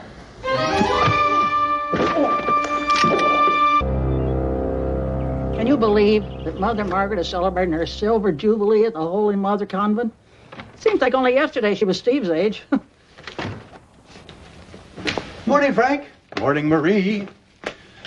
God is smiling on me. Oh? Now what did you do to amuse him? Me? Nothing. Except that I have been blessed with the most extraordinary luck. Out of the blue, I received a call from the Brothers of St. Sebastian, who told me, through an interpreter, that they are going to be touring the United States, promoting their exquisite liqueur, which they produce in their abbey in Sardinia. They have offered to present the 1 millionth bottle of their highly medicinal liqueur to Mother Margaret on the occasion of her silver jubilee.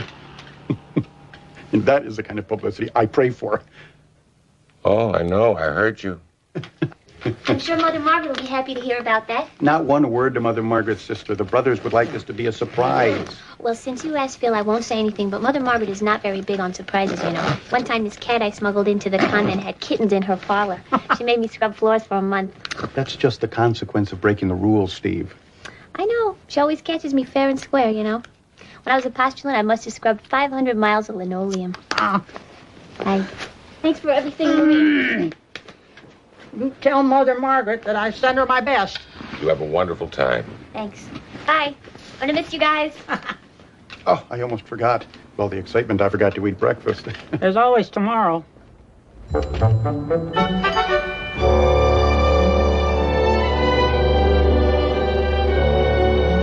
Edward. How's it going? It's quarks, Steve. They're faster than light and they're faster than sound. And if you could have a transmitter big enough, you could talk to God. It's a thought, Edward. I'll see you later, right?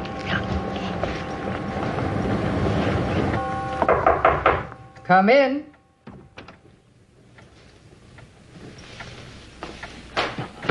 Mother Margaret, it's so good to see you. Sister Stephanie, my blessing. Welcome home. Thanks. Sit. I see that Edward's still sleeping in the garden. Oh, of course. Feeding and sheltering Edward is our daily act of charity. You know, Mother Margaret, I've been talking to Edward since I was a postulant. I know he's very confused, but he's really a sweetheart, you know, and he's smart.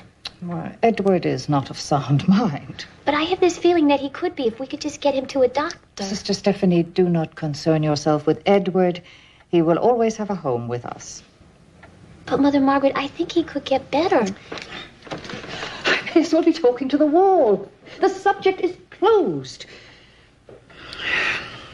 You have a problem with obedience, sister. But it's my fault. I have failed you. No. You did your best. It's me. I'm stubborn. Well, that's what I heard. I am grateful that Father Dowling is so tolerant of you. If you weren't at St. Michael's, I don't know where I would assign you. I love St. Michael's, Mother. I really do, and I love Father Dowling, too. Good. Oh, that will be all, sister. You may go. Yes, Mother. Oh, before you go, we have a sister from California who's visiting. I would appreciate it if you would show her around. Oh, sure. I'd be happy to. Thank you. Happy Silver Jubilee.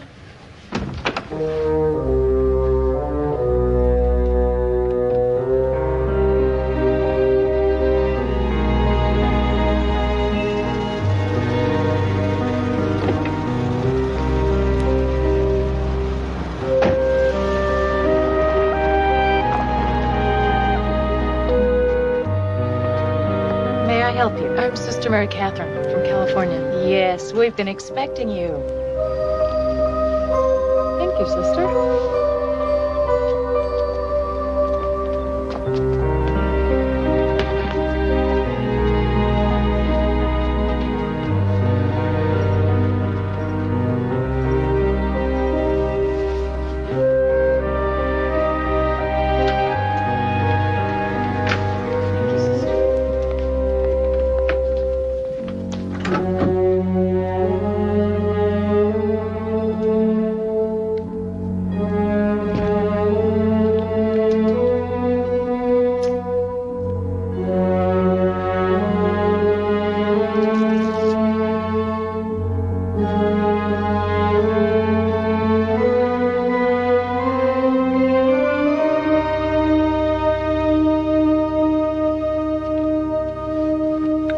convent's beautiful. The grounds are so serene. And wonderful trees. You can see downtown from the top of the big oak. The top? Sister, you climb trees? Well, yeah, I used to, when I got homesick. Could see my old neighborhood from up there. What's your convent like? Well, my mother house is in California. Pear Blossom, which is right on the edge of the Mojave. It's desolate, but it's beautiful. No wonder you like trees. Are you assigned to Chicago? No, I'll just be here for a few days. I've been assigned to a mission school in Appalachia. Oh. So I'm told that Sunday your Mother Superior celebrates her 25th Jubilee. Yeah. Yeah, that's why I'm here. Well, I'm glad that I'm able to participate.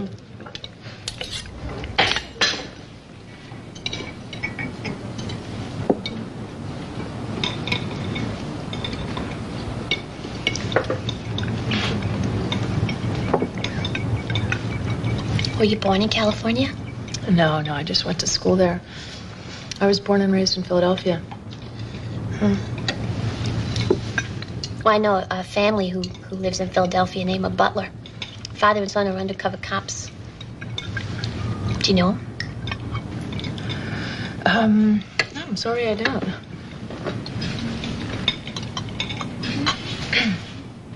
Excuse me, sister. It's been a very long day. If I'm to be excused. Sure, absolutely.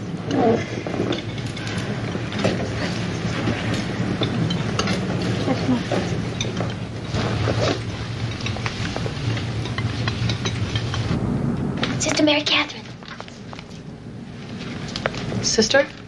Look, I just want you to know that if you have any problems at all, if there's anything that I can do for you, all you have to do is ask me, all right? I don't know what you mean. Okay. Well, I'll just see you around then. Keep your habit pulled over your ankles. Thanks.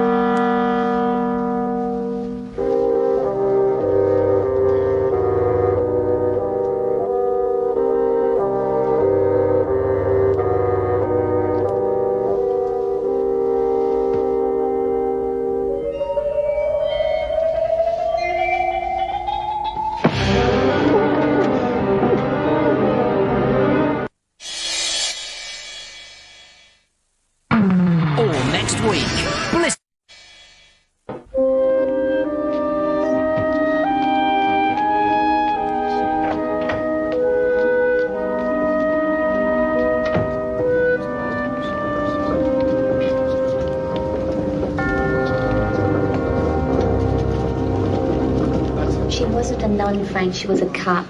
Could we step in here, please?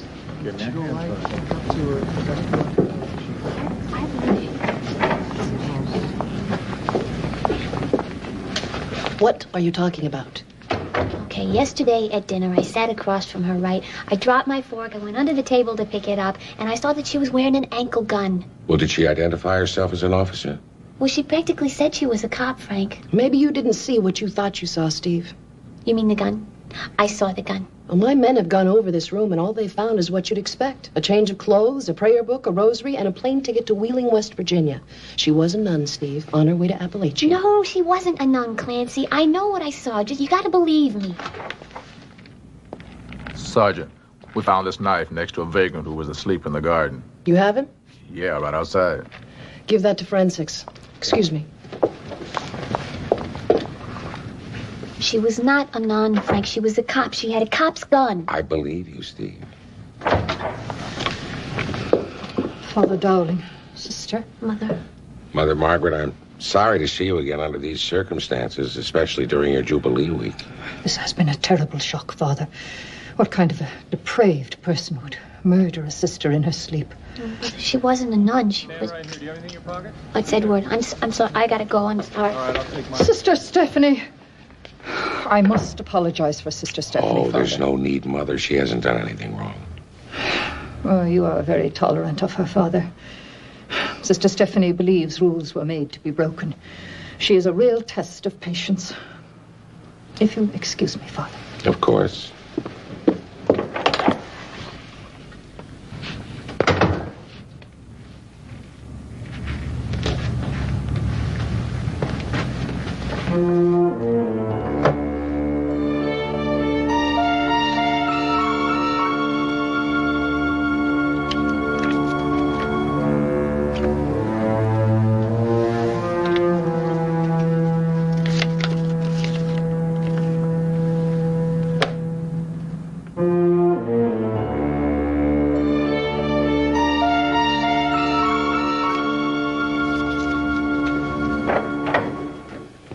Clancy, believe me, you're making a mistake. Clancy, Edward wouldn't hurt anybody. You gotta let him go. Sorry, sister. The evidence is against him. Frank, they don't understand. Edward's been sleeping in a garden since I was a postulant. He's gentle, Frank. He's harmless. We'll test him for alcohol and drugs. Let's go. Sister, it's God's will you must accept. I am going to say a rosary for Edward. Edward didn't kill her, Frank. He wouldn't hurt anybody. It's not in his nature.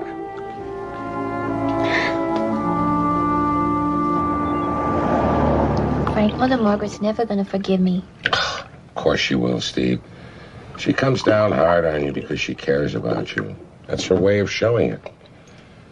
As for Edward, right now I think he needs a friend. Yeah, but I don't know how to help him. I forgot the sugar.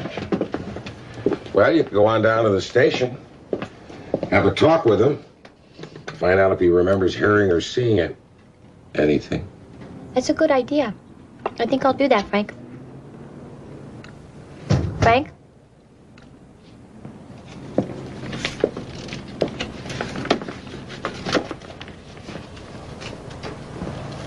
I knew I saw this someplace. I found this note in the victim's prayer book. Now, it must have held some significance for her.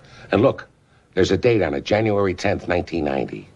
Well, what happened on January 10th? I don't know.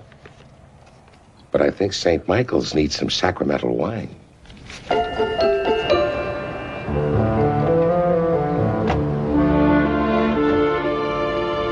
This winery must be a mob operation, Frank. Sam McCauley is mob from way back. Are you sure?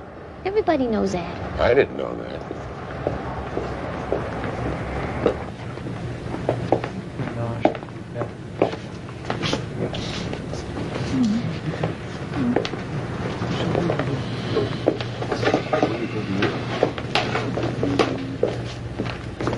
Say, Pam, file this for me, huh?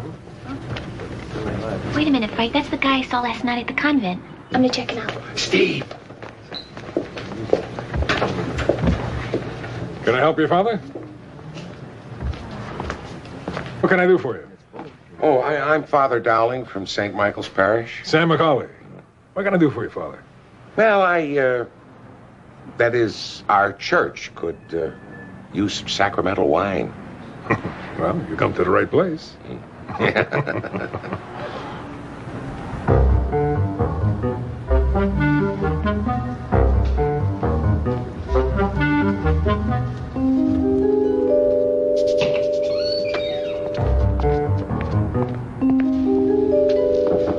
Charlie.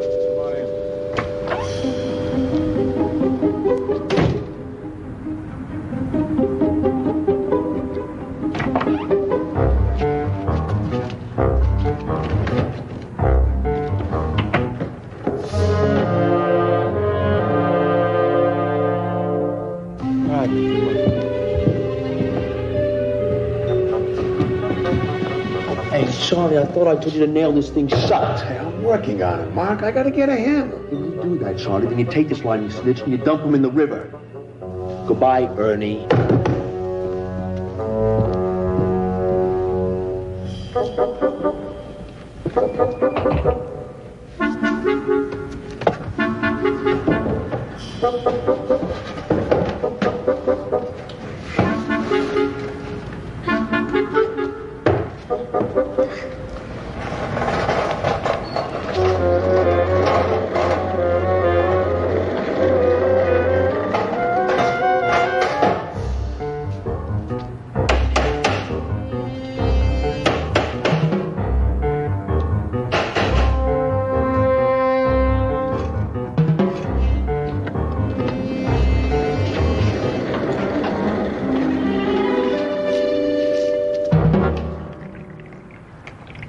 Yourself, Father. Like everything else, choosing a wine for the Mass is a matter of personal taste. All this is sacramental wine? The purest. And, of course, we have a fine selection of table wines for your rectory. I'm a tea drinker myself.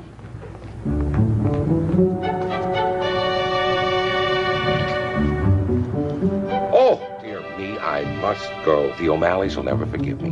The O'Malleys? I almost forgot the twins' baptism. You've been a great help, Mr. Macaulay. Excellent wine, lovely bouquet. I'll be back. Thanks again. Bye-bye.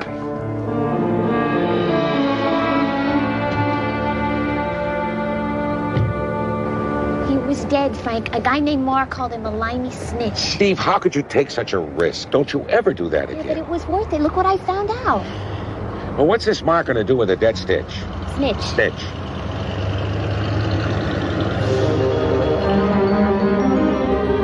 See that barrel, Frank? Dead snitch is headed for the river.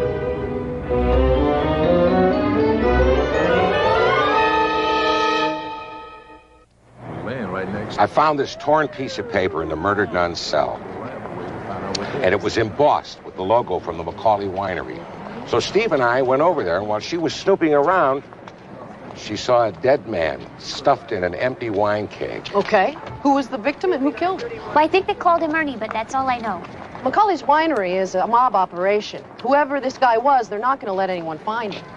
Well, aren't you going to do anything about it? Look, we've raided Macaulay's a dozen times and never found anything. And we do it again, we're facing a lawsuit. Now, I'm not going in again unless it's a dead bang winner. Nancy, the last we saw of this guy, he was in a barrel headed for the river. We could drag for a month and not find him. If the stiff comes back, Frank, call me. Right now, I'm up to my eyes in the Fontaine case. And no, you can't help me, and it's none of your business. I didn't say one word. Good luck, Clancy. Clancy, about Edward. I can't believe that he killed somebody. Remember that serial killer in San Francisco last year? The sweet little grandmother who knitted mittens, and they found 16 bodies buried under her house? We found the murder weapon next to Edward. We had to arrest him, Steve. Clancy, Edward is innocent. I feel it. You're a nun, Steve. You can afford to have feelings. I'm a cop. I go by the evidence. Let's go.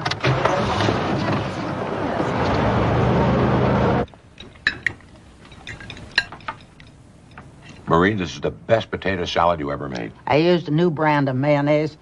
Took a real big chance, but I thought to myself, well, what the heck? Go for it. Well, it was worth it. Wait a minute. You didn't like it? Oh, no, this is great, Marie. It's... Frank, I was just thinking. When I was at the winery, I saw a guy carrying a plate of food to somebody in the back room. Now, I bet you anything they're hiding somebody back there. That's probably why that snitch got killed. Certainly is a possibility. Guess what? We give up. I just got confirmation from Tidings Magazine. They're going to cover Mother Margaret's Silver Jubilee, featuring presentation by the Brothers of St. Sebastian's 1 millionth bottle of liqueur. I even arranged for an interpreter. Isn't this exciting? Every Catholic in the country will see it.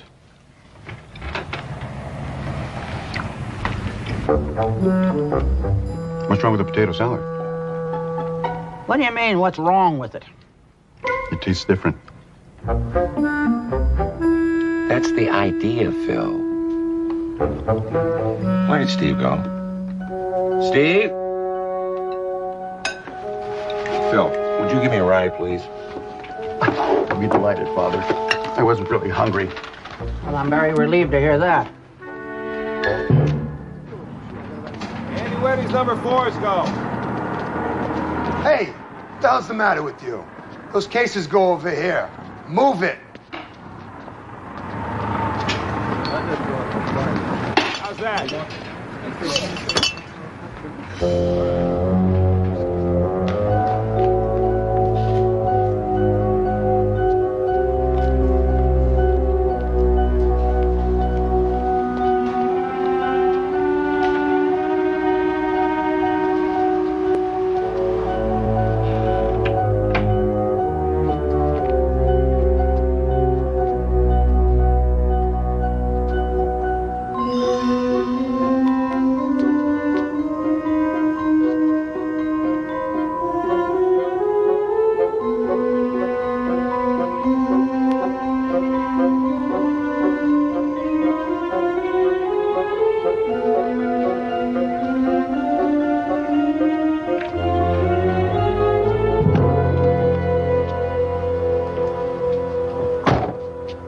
Thanks, Phil. You don't have to wait. I'll get a ride back. Fine, Frank.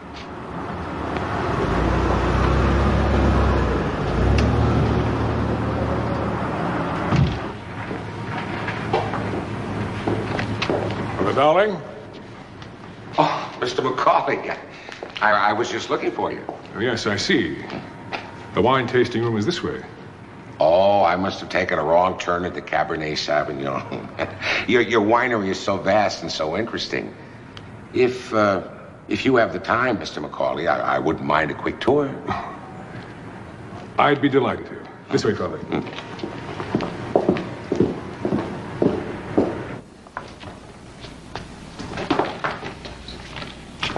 Well, this has all been very interesting.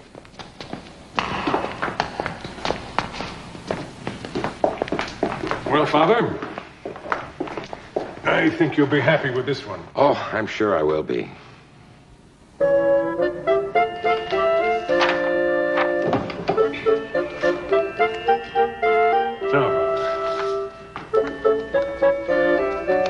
How large of an order would you like to place? Just one bottle. One bottle. And could you send it COD, please? COD? Well, I'm somewhat embarrassed. I don't have any cash on me. Sister Stephanie is always trying to get me to carry a checkbook, but I just don't seem to be able to. All right, Father, I'll tell you what I'm going to do. I'm going to give you a bottle. My compliments. Oh, I couldn't accept that. I insist. Macaulay here. Now, look, we've already discussed this, and I'm going to do it my way. That's it. No buts. I'll be right over. Well, Father?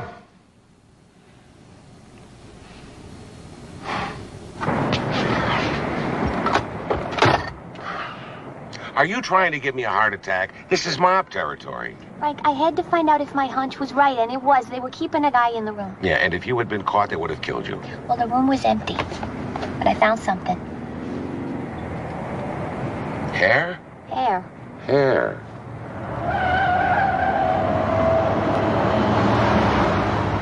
Macaulay's leaving, Frank. Hang on. Oh, Steve.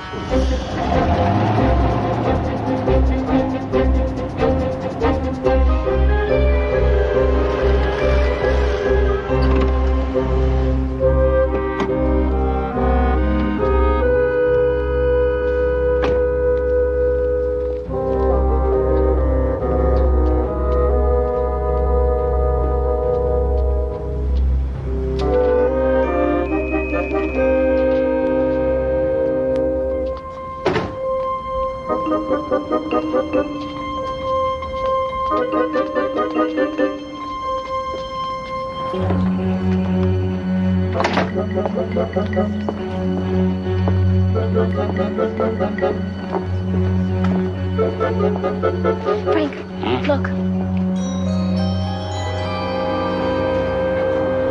Yeah.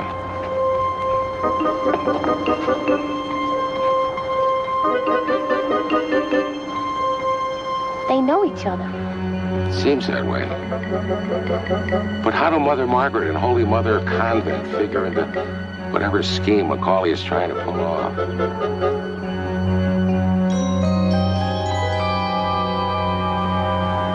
I think you better be the one to ask her.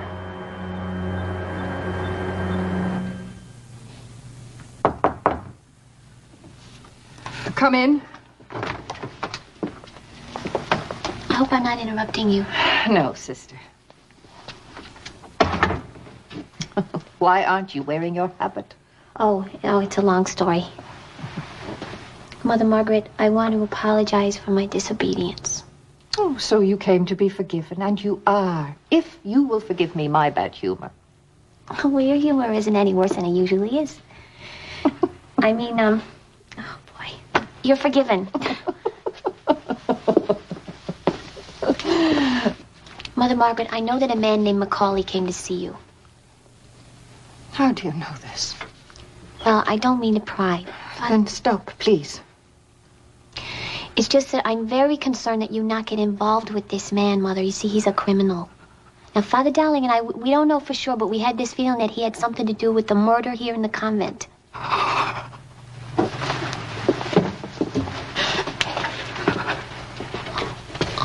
I'm sorry. I didn't mean to upset you. I just thought that you should know this was a bad guy so you could stay away from him. It's not as simple as that. I've known for some time that Sam Macaulay is involved in criminal activities. I've asked him not to come here, but he insists. He'll even be here for my silver jubilee. Mother Margaret, why? Why don't you just tell him to get lost? I can't.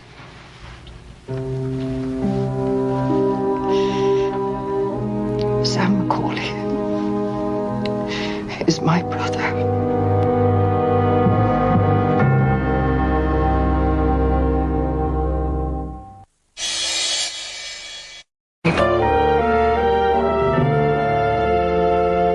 What if the brothers can't find the convent? I should have met them at the airport. Mm-hmm. And I never contacted the interpreters. You know, my Italian's fairly weak. Good Lord. Frank, is there something in that paper that's more important than this jubilee? Joe Fontaine, the mob boss, he jumped bail. The police have got a manhunt going for him. Fontaine is dangerous. But what does that have to do with the jubilee? Hopefully nothing. I'm off. Wish me good luck, Father. Good luck, Father.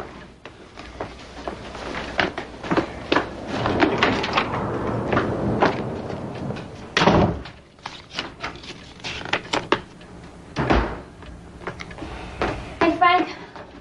Sorry I'm late. I had a flat tire. We gotta go.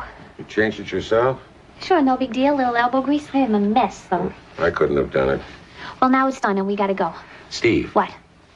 This note I found in the victim's prayer book. Yeah? It's dated 10 months ago. Now, who gave it to her and why was it so important? I don't know, Frank, but we gotta hurry. Wait a minute. You said that Mark called Ernie a limey snitch? Yeah, I did. Well, if Sister Mary Catherine was a cop, then Ernie must have been her snitch. That's why he was killed and that's why she was killed. You're right, Frank. And it also means that Ernie was British, and I've been reading this date all wrong. The British put the day first and the month second. This date isn't January the 10th, it's October the 1st. But that's today. Yes. And now I know why Our Lady Cop went undercover at the convent. Why? Because whatever is happening today at the convent. Well, so now we really better hurry. Oh, boy, the Mass has started. Please join me in the celebration of this Mass to honor Mother Margaret on the occasion of her Silver Jubilee. Magnificat anima mea Dominum. Et exultavit spiritus meus in Deo salutari meo. Quia respexit humilitatem ancile suae, ecce enem ex hoc beata me dicent omnes generationes. Quia vecit mihi magna qui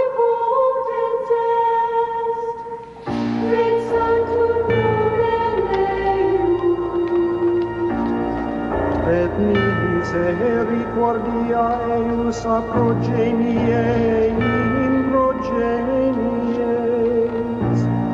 timentibus eius.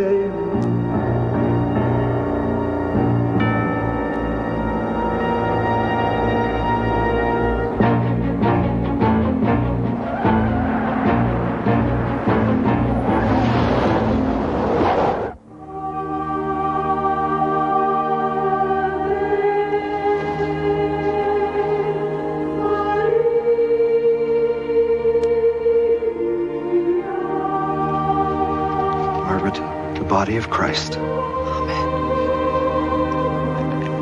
And the blood of Christ.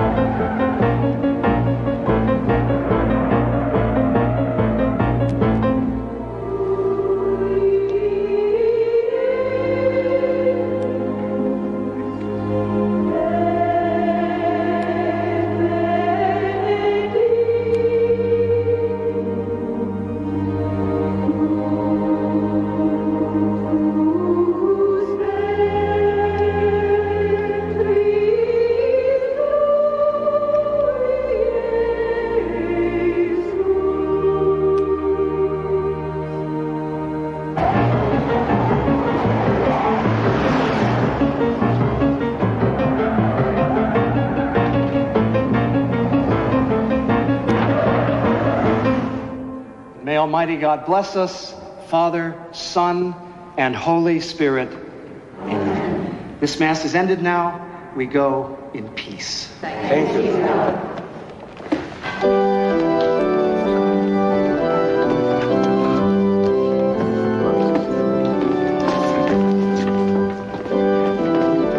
What are we looking for, Frank? I'm not sure yet.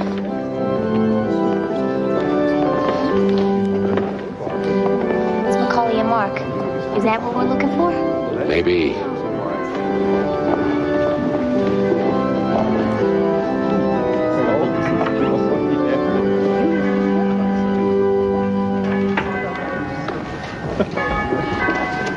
Excuse me, sir.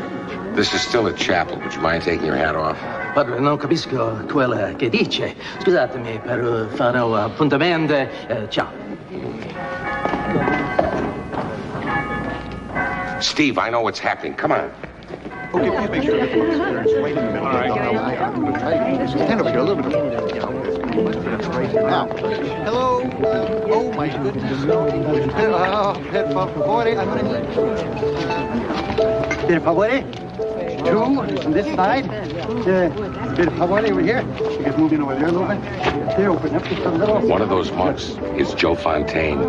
What? Do you remember the hair you found in the winery? Yeah, weird. Yeah, well, that hair was long. It was shaved. It hadn't been cut. And whoever Macaulay was hiding in that room had the crown of his head shaved. And the fellow that bumped into me in the chapel? Well, the guy with the hat. Yes, well, he was wearing his hat to cover up the fact that his head was shaved. And if you remember, he didn't speak English. He was in a hurry to leave the convent before anyone discovered that Joe Fontaine had taken his place. You're right, Frank. It all fits together. 4 monks arrived here from Sardinia and 4 are going back. But one of them is Joe Fontaine.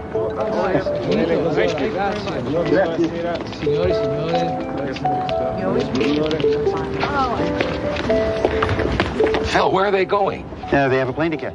Frank, Joe Fontaine is leaving and we don't even know which one he is. Freeze! Joe Fontaine, the only one who speaks English. You're a dead man, Father. Just hold it, Fontaine.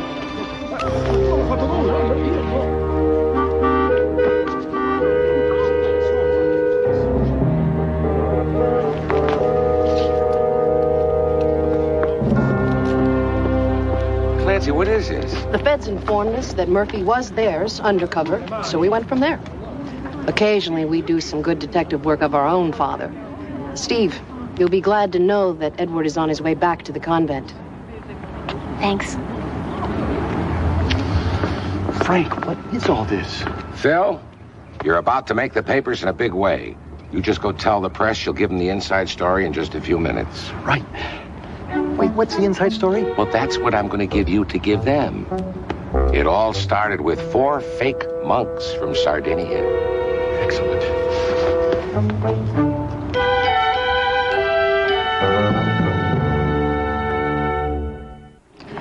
Mother Margaret, I'm sorry about your brother. So am I. But God has melted harder hearts than Sam Macaulay's. And I will keep praying for him. Goodbye, Mother. I'll be right there, Frank. Mother, is there anything that I can do for you? No, pray for me, sister. I do. Every day. I might have known.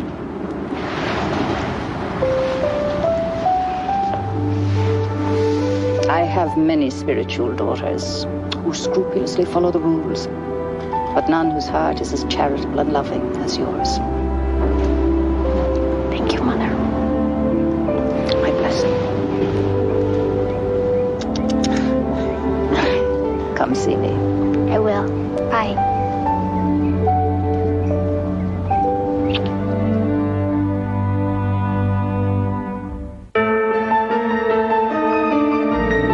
Father Dowling and Sister Steve are back on hold.